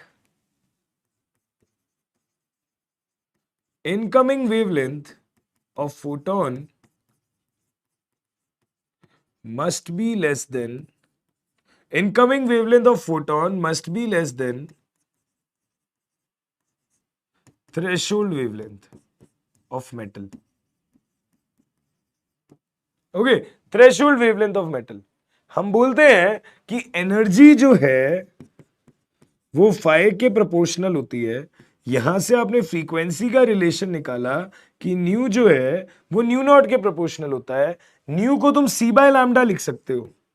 तो सी by lambda जो है वो क्या हो गया, सी बाय लैम्डा नॉट के new जो है वो सी बाय लैम्डा, न्यू नॉट जो है वो सी बाय लैम्डा नॉट. सी से जी कैंसिल हो गया. मतलब आप बोलोगे one by lambda must be greater than one by lambda not. या तो ये बोल देंगे या हम क्रॉस मल्टीप्लाई करके बोल देंगे lambda naught must be more than lambda. यानी कि यहां से आप ये कह सकते हो गया कि lambda must be less than lambda naught. देखना ध्यान से, आप ये कह सकते हो क्या कि lambda must be less than lambda naught, है ना. तो हम ये कह सकते हैं कि अगर फोटो इलेक्ट्रिक इफेक्ट करवाना है, अगर फोटो इलेक्ट्रिक इफेक्ट करवाना है तो एनर्जी वाइज ये कंडीशन, फ्रीक्वेंसी वाइज ये कंडीशन और वेवलेंथ वाइज ये कंडीशन होनी चाहिए, है ना. तो आपको ये समझ आई होगी कहानी फाइनली कि अगर अगर lambda less than lambda naught होता है तो फोटो इलेक्ट्रिक इफेक्ट हो जाएगा, इलेक्ट्रॉन बाहर आ जाएगा, डिटेक्टर तक चला जाएगा. अगर lambda greater than lambda naught होता है तो फोटो इलेक्ट्रिक इफेक्ट नहीं हो पाएगा, इलेक्ट्रॉन बाहर भी नहीं आ पाएगा. और अगर lambda equal to lambda naught होता है तो हम बोलेंगे जो इलेक्ट्रॉन है वो सिर्फ सरफेस पे आ जाएगा परंतु डिटेक्टर तक नहीं जा पाएगा, तो फोटो इलेक्ट्रिक इफेक्ट तो नहीं हो पाएगा.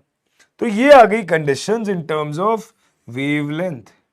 ये आ गई condition in terms of wavelength. ध्यान से देखो, ध्यान से देखो, तुम्हें अब एनर्जी के पैरामीटर्स भी पता है, तुम्हें अब फ्रीक्वेंसी के पैरामीटर्स भी पता है, तुम्हें अब वेवलेंथ के पैरामीटर्स भी पता है. कोई दिक्कत, कोई समस्या, कोई परेशानी प्लीज बता दो. कोई दिक्कत, कोई समस्या, कोई परेशानी प्लीज बता दो.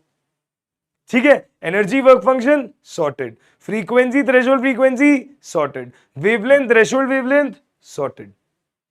ठीक है जी, बहुत बढ़िया.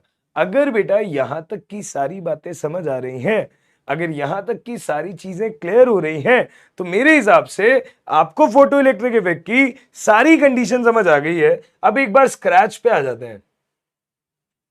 मैंने तुम्हें टॉपिक यहां से शुरू करवाया था, मैंने तुम्हें टॉपिक यहां से शुरू करवाया था. मैंने बोला था फोटो इलेक्ट्रिक इफेक्ट क्या होता है, जब एक इंसिडेंट फोटोन आके एक मेटल की सरफेस पे स्ट्राइक करता है तो एक इलेक्ट्रॉन निकलता है. अब मैं उस डेफिनेशन को और बेटर कर देता हूं. ठीक है, when a photon having incident energy EI strikes on a metal plate, ठीक है, then electron will eject out only when it follows photoelectric effect condition, that is incoming energy is higher than the work function. तो उस वक्त photoelectric effect हो जाएगा. अगला point, when a photon of incident frequency nu strikes on a metal plate having threshold frequency nu naught, then photoelectric effect will only happen when the incident frequency is higher than the threshold frequency. Nu should be greater than nu naught. And third point, when a photon having incident wavelength lambda strikes on a metal plate having threshold wavelength lambda naught, then photoelectric effect will only happen when lambda is less than lambda naught. ठीक है, ये हमने तीनों condition discuss कर ली. अगर ये तीनों condition discuss कर ली तो अब एक बड़ी इंपॉर्टेंट मुद्दे पे डिस्कशन करते हैं. अब एक बड़े इंपॉर्टेंट मुद्दे पे डिस्कशन करते हैं लास्ट, फिर हम इसके कुछ पॉइंट्स देखेंगे. भाई देखो, तुम्हें पता है एनर्जी हमेशा कंजर्व रहती है, राइट. सिस्टम में ना तो कोई एनर्जी बनती है ना कोई एनर्जी डिस्ट्रॉय होती है.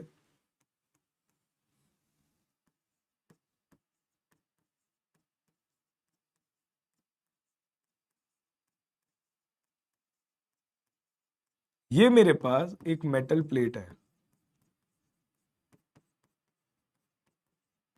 ठीक है, ये मेरे पास एक मेटल प्लेट है. इसकी एनर्जी है कुछ 5 इलेक्ट्रॉन वोल्ट, फाइ दिया हुआ है 5 इलेक्ट्रॉन वोल्ट. एग्जाम्पल है ये एक. ठीक है साहब. अच्छा, आपने क्या किया, एक फोटोन को लाके स्ट्राइक किया. आपने क्या किया, एक फोटोन को लाके स्ट्राइक किया इस मेटल प्लेट पे और इसकी एनर्जी है let's say 7 electron volt.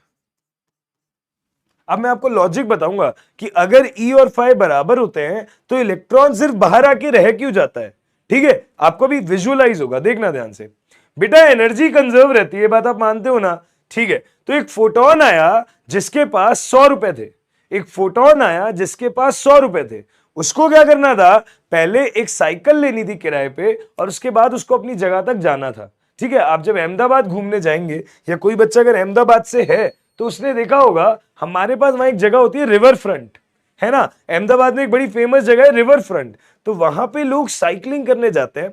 They go there, वो साइकिल लेते हैं रेंट पे, बड़ा प्यारा सामने मतलब पूरा समंदर है, बहुत ठंडी हवाएं हैं, बहुत ही प्लेजेंट मौसम होता है। शाम को लोग स्पेशली वहां घूमने के पर्पज से जाते हैं। दे रेंट अ साइकिल, पूरा एक लंबा स्ट्रेच है, कोई ट्रैफिक नहीं कुछ नहीं, बहुत सुंदर माहौल है। 1-1.5 घंटे बढ़िया साइकिलिंग करते हैं, घूम फिर के आगे साइकिल वापस देते हैं, अपनी अपनी गाड़ियों में बैठ के या कैब करके घर। ठीक है, तो वैसी जगह मैंने बोला आपके पास थे 100 रुपए, आप पहुंचे रिवर फ्रंट अहमदाबाद, आपने वहां से साइकिल रेंट करी, साइकिल आपकी आई 30 रुपए की 1 घंटे के लिए। ठीक है जी सर, इतनी सस्ती भी आती है? अरे एग्जाम्पल है भाई, सुन तो। 100 रुपए में से 30 रुपए की साइकिल तुमने ले ली। मुझे एक बात बताओ, अगर तुम्हारे पास 20 रुपए ही होते तो क्या तुम साइकिल रेंट कर पाते? है ना, 100 रुपए थे तो साइकिल रेंट कर पाए, मतलब इंसिडेंट एनर्जी इस थ्रेशोल्ड से ज्यादा होनी चाहिए। अगर तुम्हें रिवर फ्रंट पे घूमना है, साइकिलिंग करनी है, तो तुम्हें 30 रुपए से तो ज्यादा ही चाहिए, वो कितने भी हो, पर 30 या 30 से कम नहीं होने चाहिए। 30 क्यों होनी चाहिए, मतलब तुम कहोगे सर 30 रुपए होते तो भी मैं साइकिल ले लेता, पर बात सुन भाई, तू खाली साइकिल से काम नहीं चला सकता, तुझे हेलमेट भी लेना पड़ता है, और हेलमेट के लिए 10 रुपए एक्स्ट्रा देने पड़ते हैं। या चलो सर हेलमेट तो आपने जबरदस्ती जोड़ दिया, बेटा आपको वहां पे 20 रुपए सिक्योरिटी भी भरनी पड़ती है कि इनके साइकिल खो गई, साइकिल टूट गई, तो हम आपके सिक्योरिटी के पैसे वापस नहीं देंगे। तो अगर आपके पास सिर्फ 30 रुपए हैं तो आप साइकिल नहीं ले सकते वहां से, क्योंकि आपके पास रेंट का पैसा तो है पर सिक्योरिटी देने का पैसा नहीं है। तो आपके पास 100 रुपए थे, ठीक है, आपने आई 30 रुपए की साइकिल ले ली रेंट पे। अब बचे हुए 70 रुपए में तुम चल गए अपनी सिक्योरिटी देके साइकिल को चलाने, तुम दूर तक गए, तुम घूमे फिरे, सब किया तुमने।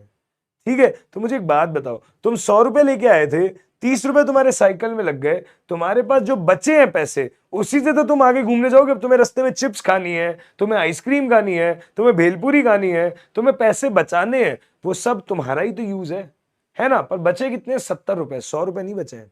वही बात है, डिट्टो वही बात है। तुम्हारे पास फोटोन 7 इलेक्ट्रॉन वोल्ट एनर्जी लेके आया, तुम्हारे पास फोटोन 7 इलेक्ट्रॉन वोल्ट एनर्जी वाला आया, अपने साथ 7 इलेक्ट्रॉन वोल्ट एनर्जी लाया, उसमें से 5 इलेक्ट्रॉन वोल्ट एनर्जी तो यही लग गई इलेक्ट्रॉन को बाहर निकालने में। 5 इलेक्ट्रॉन वोल्ट एनर्जी लग गई इलेक्ट्रॉन को बाहर निकालने में, और जो बची होगी अब एनर्जी, उस एनर्जी के साथ इलेक्ट्रॉन जाएगा डिटेक्टर तक। 7 इलेक्ट्रॉन वोल्ट में से 5 इलेक्ट्रॉन वोल्ट एनर्जी खर्च हो गई इलेक्ट्रॉन को बाहर निकालने में, क्योंकि भैया जितनी इलेक्ट्रॉन की इनहेरेंट एनर्जी है उतनी क्रॉस तो करनी पड़ेगी, जब भी तो इलेक्ट्रॉन निकल करके बाहर आएगा। सही है, तो उतनी एनर्जी से इलेक्ट्रॉन को बाहर निकाला। अब 7 में से 5 वोल्ट तो यहां खर्च हो गई, लेके आए थे 7 इलेक्ट्रॉन वोल्ट। ठीक है, इसमें से 5 इलेक्ट्रॉन वोल्ट तो तुम्हारी खर्च हो गई इलेक्ट्रॉन को निकालने में। अब जो बची हुई 2 इलेक्ट्रॉन वोल्ट है, उससे इलेक्ट्रॉन किधर जाएगा, डिटेक्टर तक जाएगा। अगर इलेक्ट्रॉन डिटेक्टर तक जाएगा, मोशन करेगा, मोशन के लिए जो एनर्जी होती है उसे क्या कहते हैं, काइनेटिक एनर्जी। क्या कहते हैं, काइनेटिक एनर्जी। बेटा जितनी भी बची हुई एनर्जी है वो पूरी की पूरी काइनेटिक एनर्जी में खर्च हो जाएगी, और कोई रास्ते में रुकावट नहीं है, कोई एनर्जी लॉसेस नहीं है, कोई और एक्सेप्शन नहीं है। तो हम बोलते हैं जितनी भी बची हुई एनर्जी है वो आपकी क्या है, मैक्सिमम काइनेटिक एनर्जी, उससे ज्यादा हो ही नहीं सकती, उतनी के साथ वो भाग जाएगा डिटेक्टर तक। तो ध्यान से देखना, क्या तुमने एनर्जी कंजर्वेशन लगा दिया, क्या तुमने एनर्जी कंजर्वेशन लगा दिया क्या, कि जितनी एनर्जी लेके चले थे वो एनर्जी 2 हिस्सों में बट गई। पहली एनर्जी इलेक्ट्रॉन को मेटल से बाहर निकालने तक की, दूसरी एनर्जी उस बाहर निकले हुए इलेक्ट्रॉन को सामने वाले सेटअप तक पहुंचाने की। तो आप देखो ध्यान से, ये मैंने करा क्या है, ये मैंने एनर्जी कंजर्वेशन प्रिंसिपल लगाया है। ये मैंने क्या करा है,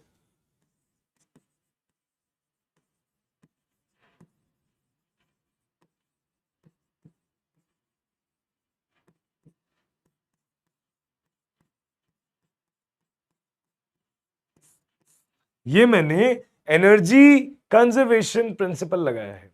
तो आप ध्यान से देखिएगा, यहां पे बात को समझिएगा। आपका जो के ई मैक्स है वो किसके बराबर हो गया? Incident energy minus work function. जो के ई मैक्स है वो किसके बराबर हो गया? Incident energy minus work function. ध्यान से देखिए, तो ये बात समझ आ रही है? के ई मैक्स जो है वो किसके बराबर हो गया? Incident energy minus work function. सही है, ई माइनस फाइव, यही तो लिखा है मैंने, ई इक्वल टू 5 प्लस के E max is E minus 5। ये जो इक्वेशन आई है, यहां से तुम इसको ऐसे भी तो लिख सकते हो, kinetic energy half M V square होती है, तो this is equal to H nu minus H nu naught, या फिर H C by lambda minus H C by lambda not.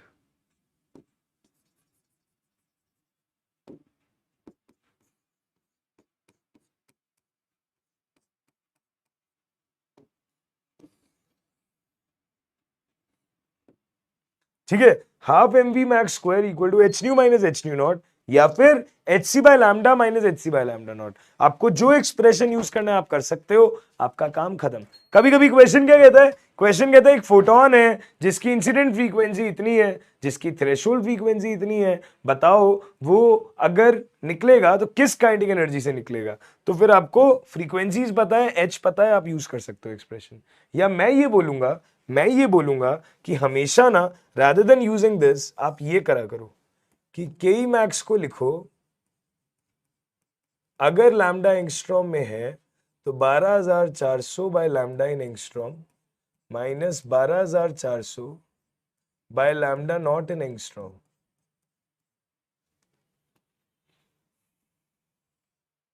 ये है के मैक्स। ठीक है, अगर आप इलेक्ट्रॉन वोल्ट में लिखना चाहते हो, मतलब इलेक्ट्रॉन वोल्ट क्या, नैनोमीटर, ये आंसर तो इलेक्ट्रॉन वोल्ट में आएगा।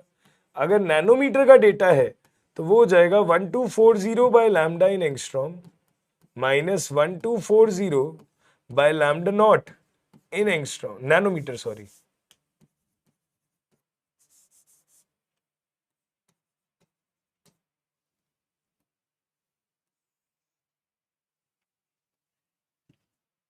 ठीक है जी, ये नैनोमीटर हो गया, वो एंगस्ट्रॉम हो गया, कोई दिक्कत नहीं। यहां से आप काइनेटिक एनर्जी सॉल्व करिए, फिर इलेक्ट्रॉन वोल्ट को जूल में कन्वर्ट कर लो, हाफ एम वी स्क्वायर के बराबर कर दो, काम खत्म।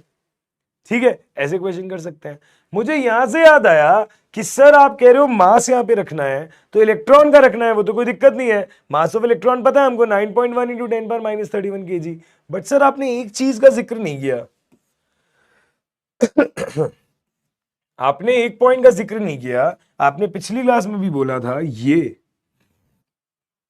The rest mass of a photon is zero. Sir what is the meaning of rest mass?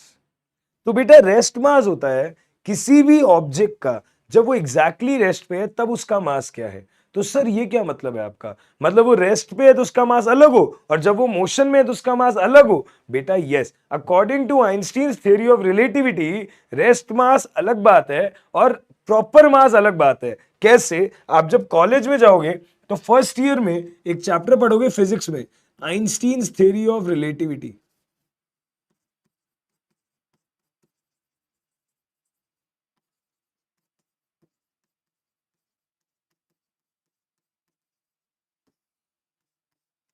Einstein's theory of relativity, ये वैल्यू किसके बराबर हो जाती है? ये कहती है according to this theory mass जो है वो ये होता है, according to Einstein's theory of relativity किसी भी चीज का जो प्रॉपर मास है वो ये होता है, m is equal to M naught upon under root 1 minus V square by C square. V square उस पार्टिकल की speed, C speed of light. ठीक है, ये जो एम नॉट होता है ना, ये रेस्ट मास होता है जब वो एब्सोल्युटली रेस्ट पे है। The mass of any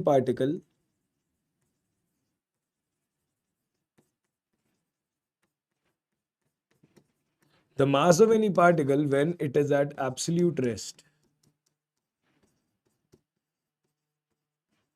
it is mass of any particle when it is at absolute rest। Please ध्यान से देखो, सही है?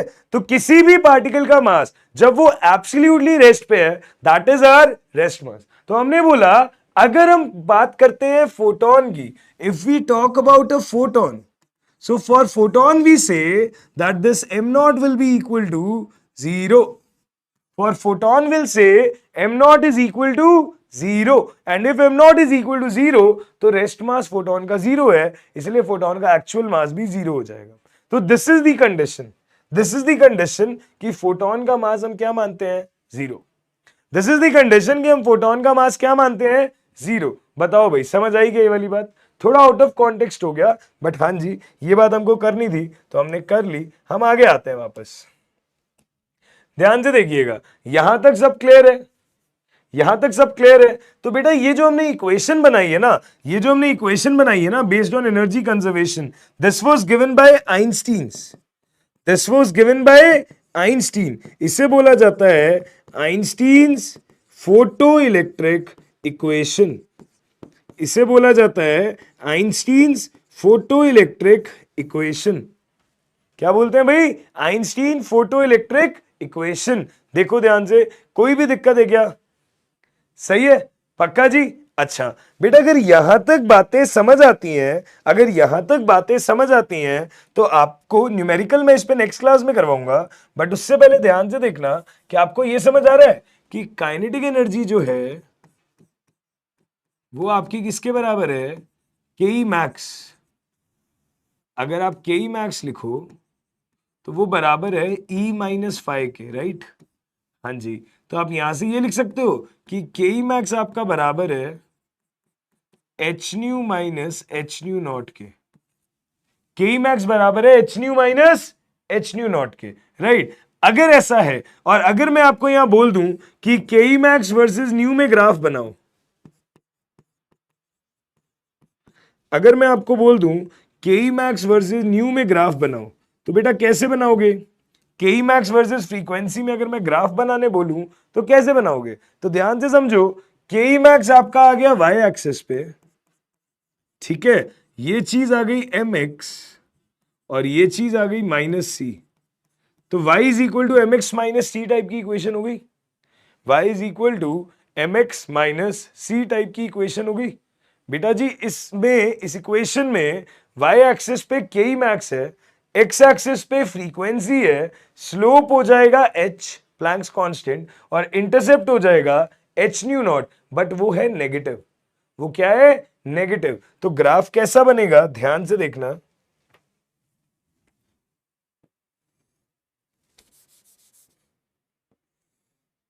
ग्राफ कैसा बनेगा? ध्यान से देखना. हम बोलेंगे ग्राफ कुछ ऐसा बनेगा, ठीक है? ग्राफ कुछ ऐसा बनेगा जहां हम बोलेंगे, दूसरे कलर से लिख देते हैं, इससे लिख देते हैं.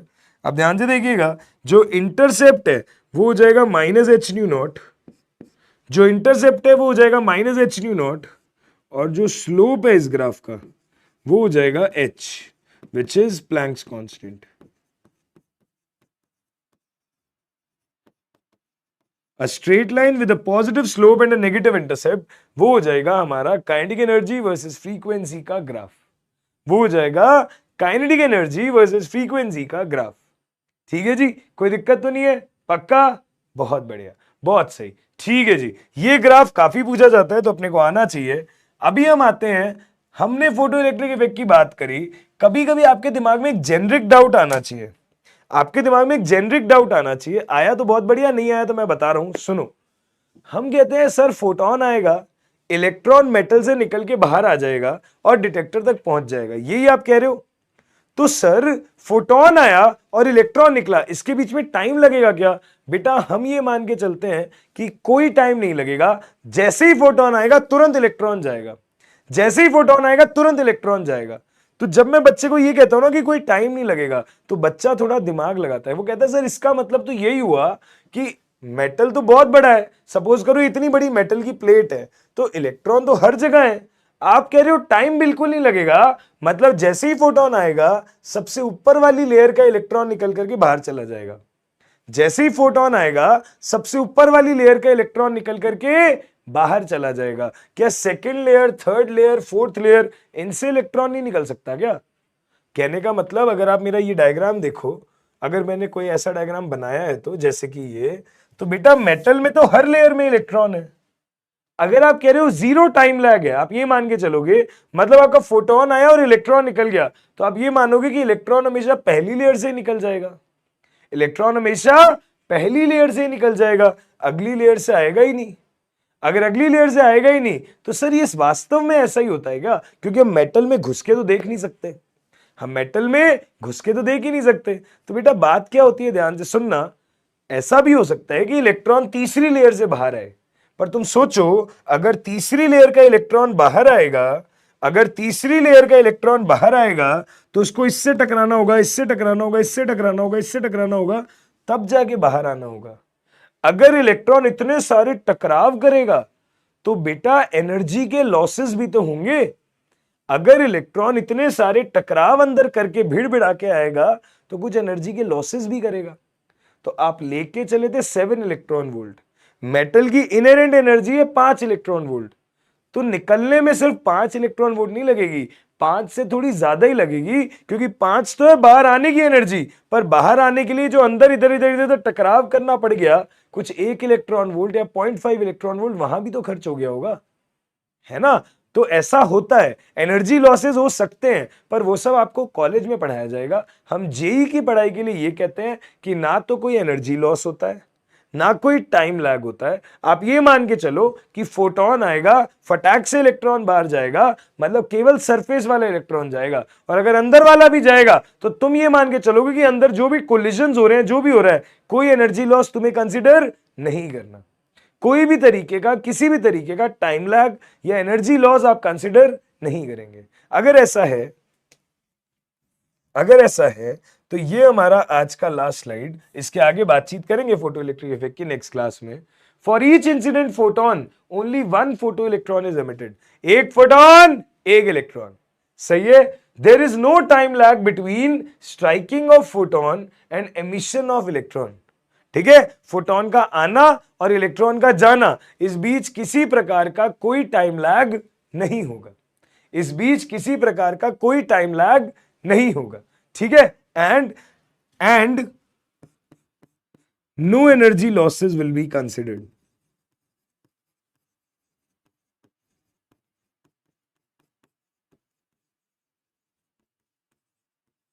ठीक है जी। अगला point, not all ejected photoelectrons have maximum kinetic energy, some may have less kinetic energy as well. हम कहते हैं कि जितने भी इलेक्ट्रॉन बाहर निकल रहे हैं, मैंने बोला के मैक्स होगा, तो सभी की एनर्जी के मैक्स नहीं होती, कुछ के पास थोड़ी कम एनर्जी भी हो सकती है। अब जैसे कि मैंने ये बोला कि 7 इलेक्ट्रॉन वोल्ट का फोटोन आया, 5 इलेक्ट्रॉन वोल्ट तो बाहर निकलने में लग गया, बचे हुए 2 इलेक्ट्रॉन वोल्ट से इलेक्ट्रॉन आगे भागेगा। तो जरूरी नहीं है भाई, कोई इलेक्ट्रॉन हो सकता है 1.5 में ही पहुंच जाए, कोई इलेक्ट्रॉन हो सकता है 0.5 में ही पहुंच जाए, कोई इलेक्ट्रॉन हो सकता है पूरे 2 इलेक्ट्रॉन वोल्ट यूज करे। तो हर इलेक्ट्रॉन की अपनी अपनी काइनेटिक एनर्जी होती है, जरूरी नहीं है कि हर इलेक्ट्रॉन मैक्सिमम काइनेटिक एनर्जी से ही दौड़े। बट हम ये मान के चलते हैं कि हमारे पास, क्योंकि आइडियल सिनेरियो है, तो हम तो सबको मैक्सिमम ही मानेंगे। हम किसी प्रकार का कोई कंफ्यूजन लाइफ में नहीं चाहते, हम जिंदगी आसान बनाना चाहते हैं। हम कोई भी ऐसा पॉइंट कंसिडर नहीं करना चाहते जिससे ये दिखाई दे कि जो हम मान के चल रहे हैं उसमें गड़बड़ है, ठीक है। तो इस वजह से हम मान के चलते हैं के मैक्स, सही है जी, पक्का, कोई दिक्कत? ठीक है साहब, ओके। आपके लिए आज के लेक्चर में इतना ही। अगली क्लास में जब मिलेंगे तो इस पे न्यूमेरिकल्स करेंगे, थोड़ी बहुत बात और करेंगे, 30-40 मिनट्स का ये बचा है, एंड देन हम शुरू करेंगे हमारा बोहर मॉडल। 10 साल हो चुके हैं भाई, बोहर जी ने अपनी रिसर्च कर ली है, अगले लेक्चर में वो पधारेंगे और हमें अपनी कहानी बताएंगे। परंतु तुम्हारे लिए एक होमवर्क है, इंटेंसिटी ऑफ लाइट का क्या मतलब होता है ये रिसर्च करना। बच्चों को बड़ा कंफ्यूजन होता है क्या मतलब होता है इंटेंसिटी, ठीक है। इस पे थोड़ा रिसर्च करना, एनसीईआरटी से पढ़ना। अगली क्लास में जब मिलेंगे तो डिस्कस करेंगे। ये ग्राफ मैंने समझाया था और ग्राफ में बताऊंगा। होमवर्क क्वेश्चन यहाँ पे मॉड्यूल के सवाल में डाल दूंगा, आप नोट्स में चेक कर लीजिएगा। और इसी के साथ आज का लेक्चर हम करते हैं समाप्त। तो मेरे सारे अर्जुनास ध्यान से सुन लो, ये चैप्टर इंटरेस्टिंग है, फॉर्मूला बेस्ड है, डिफिकल्ट तो बिल्कुल नहीं है, अच्छे सवाल आते हैं। इसका सवाल जेईई मेंस में एडवांस में गलत करना ही नहीं है। इस चैप्टर का सवाल जेईई मेंस हो या एडवांस गलत करना ही नहीं है। अगली क्लास से मैं PYQs भी लेना शुरू करूंगा, क्योंकि अब हमने अच्छे कॉन्सेप्ट्स इकट्ठे कर लिए हैं। सही है बेटा? चलो जी, तो इसी के साथ आज का लेक्चर यही समाप्त करते हैं। Thank you so much, take care, bye bye.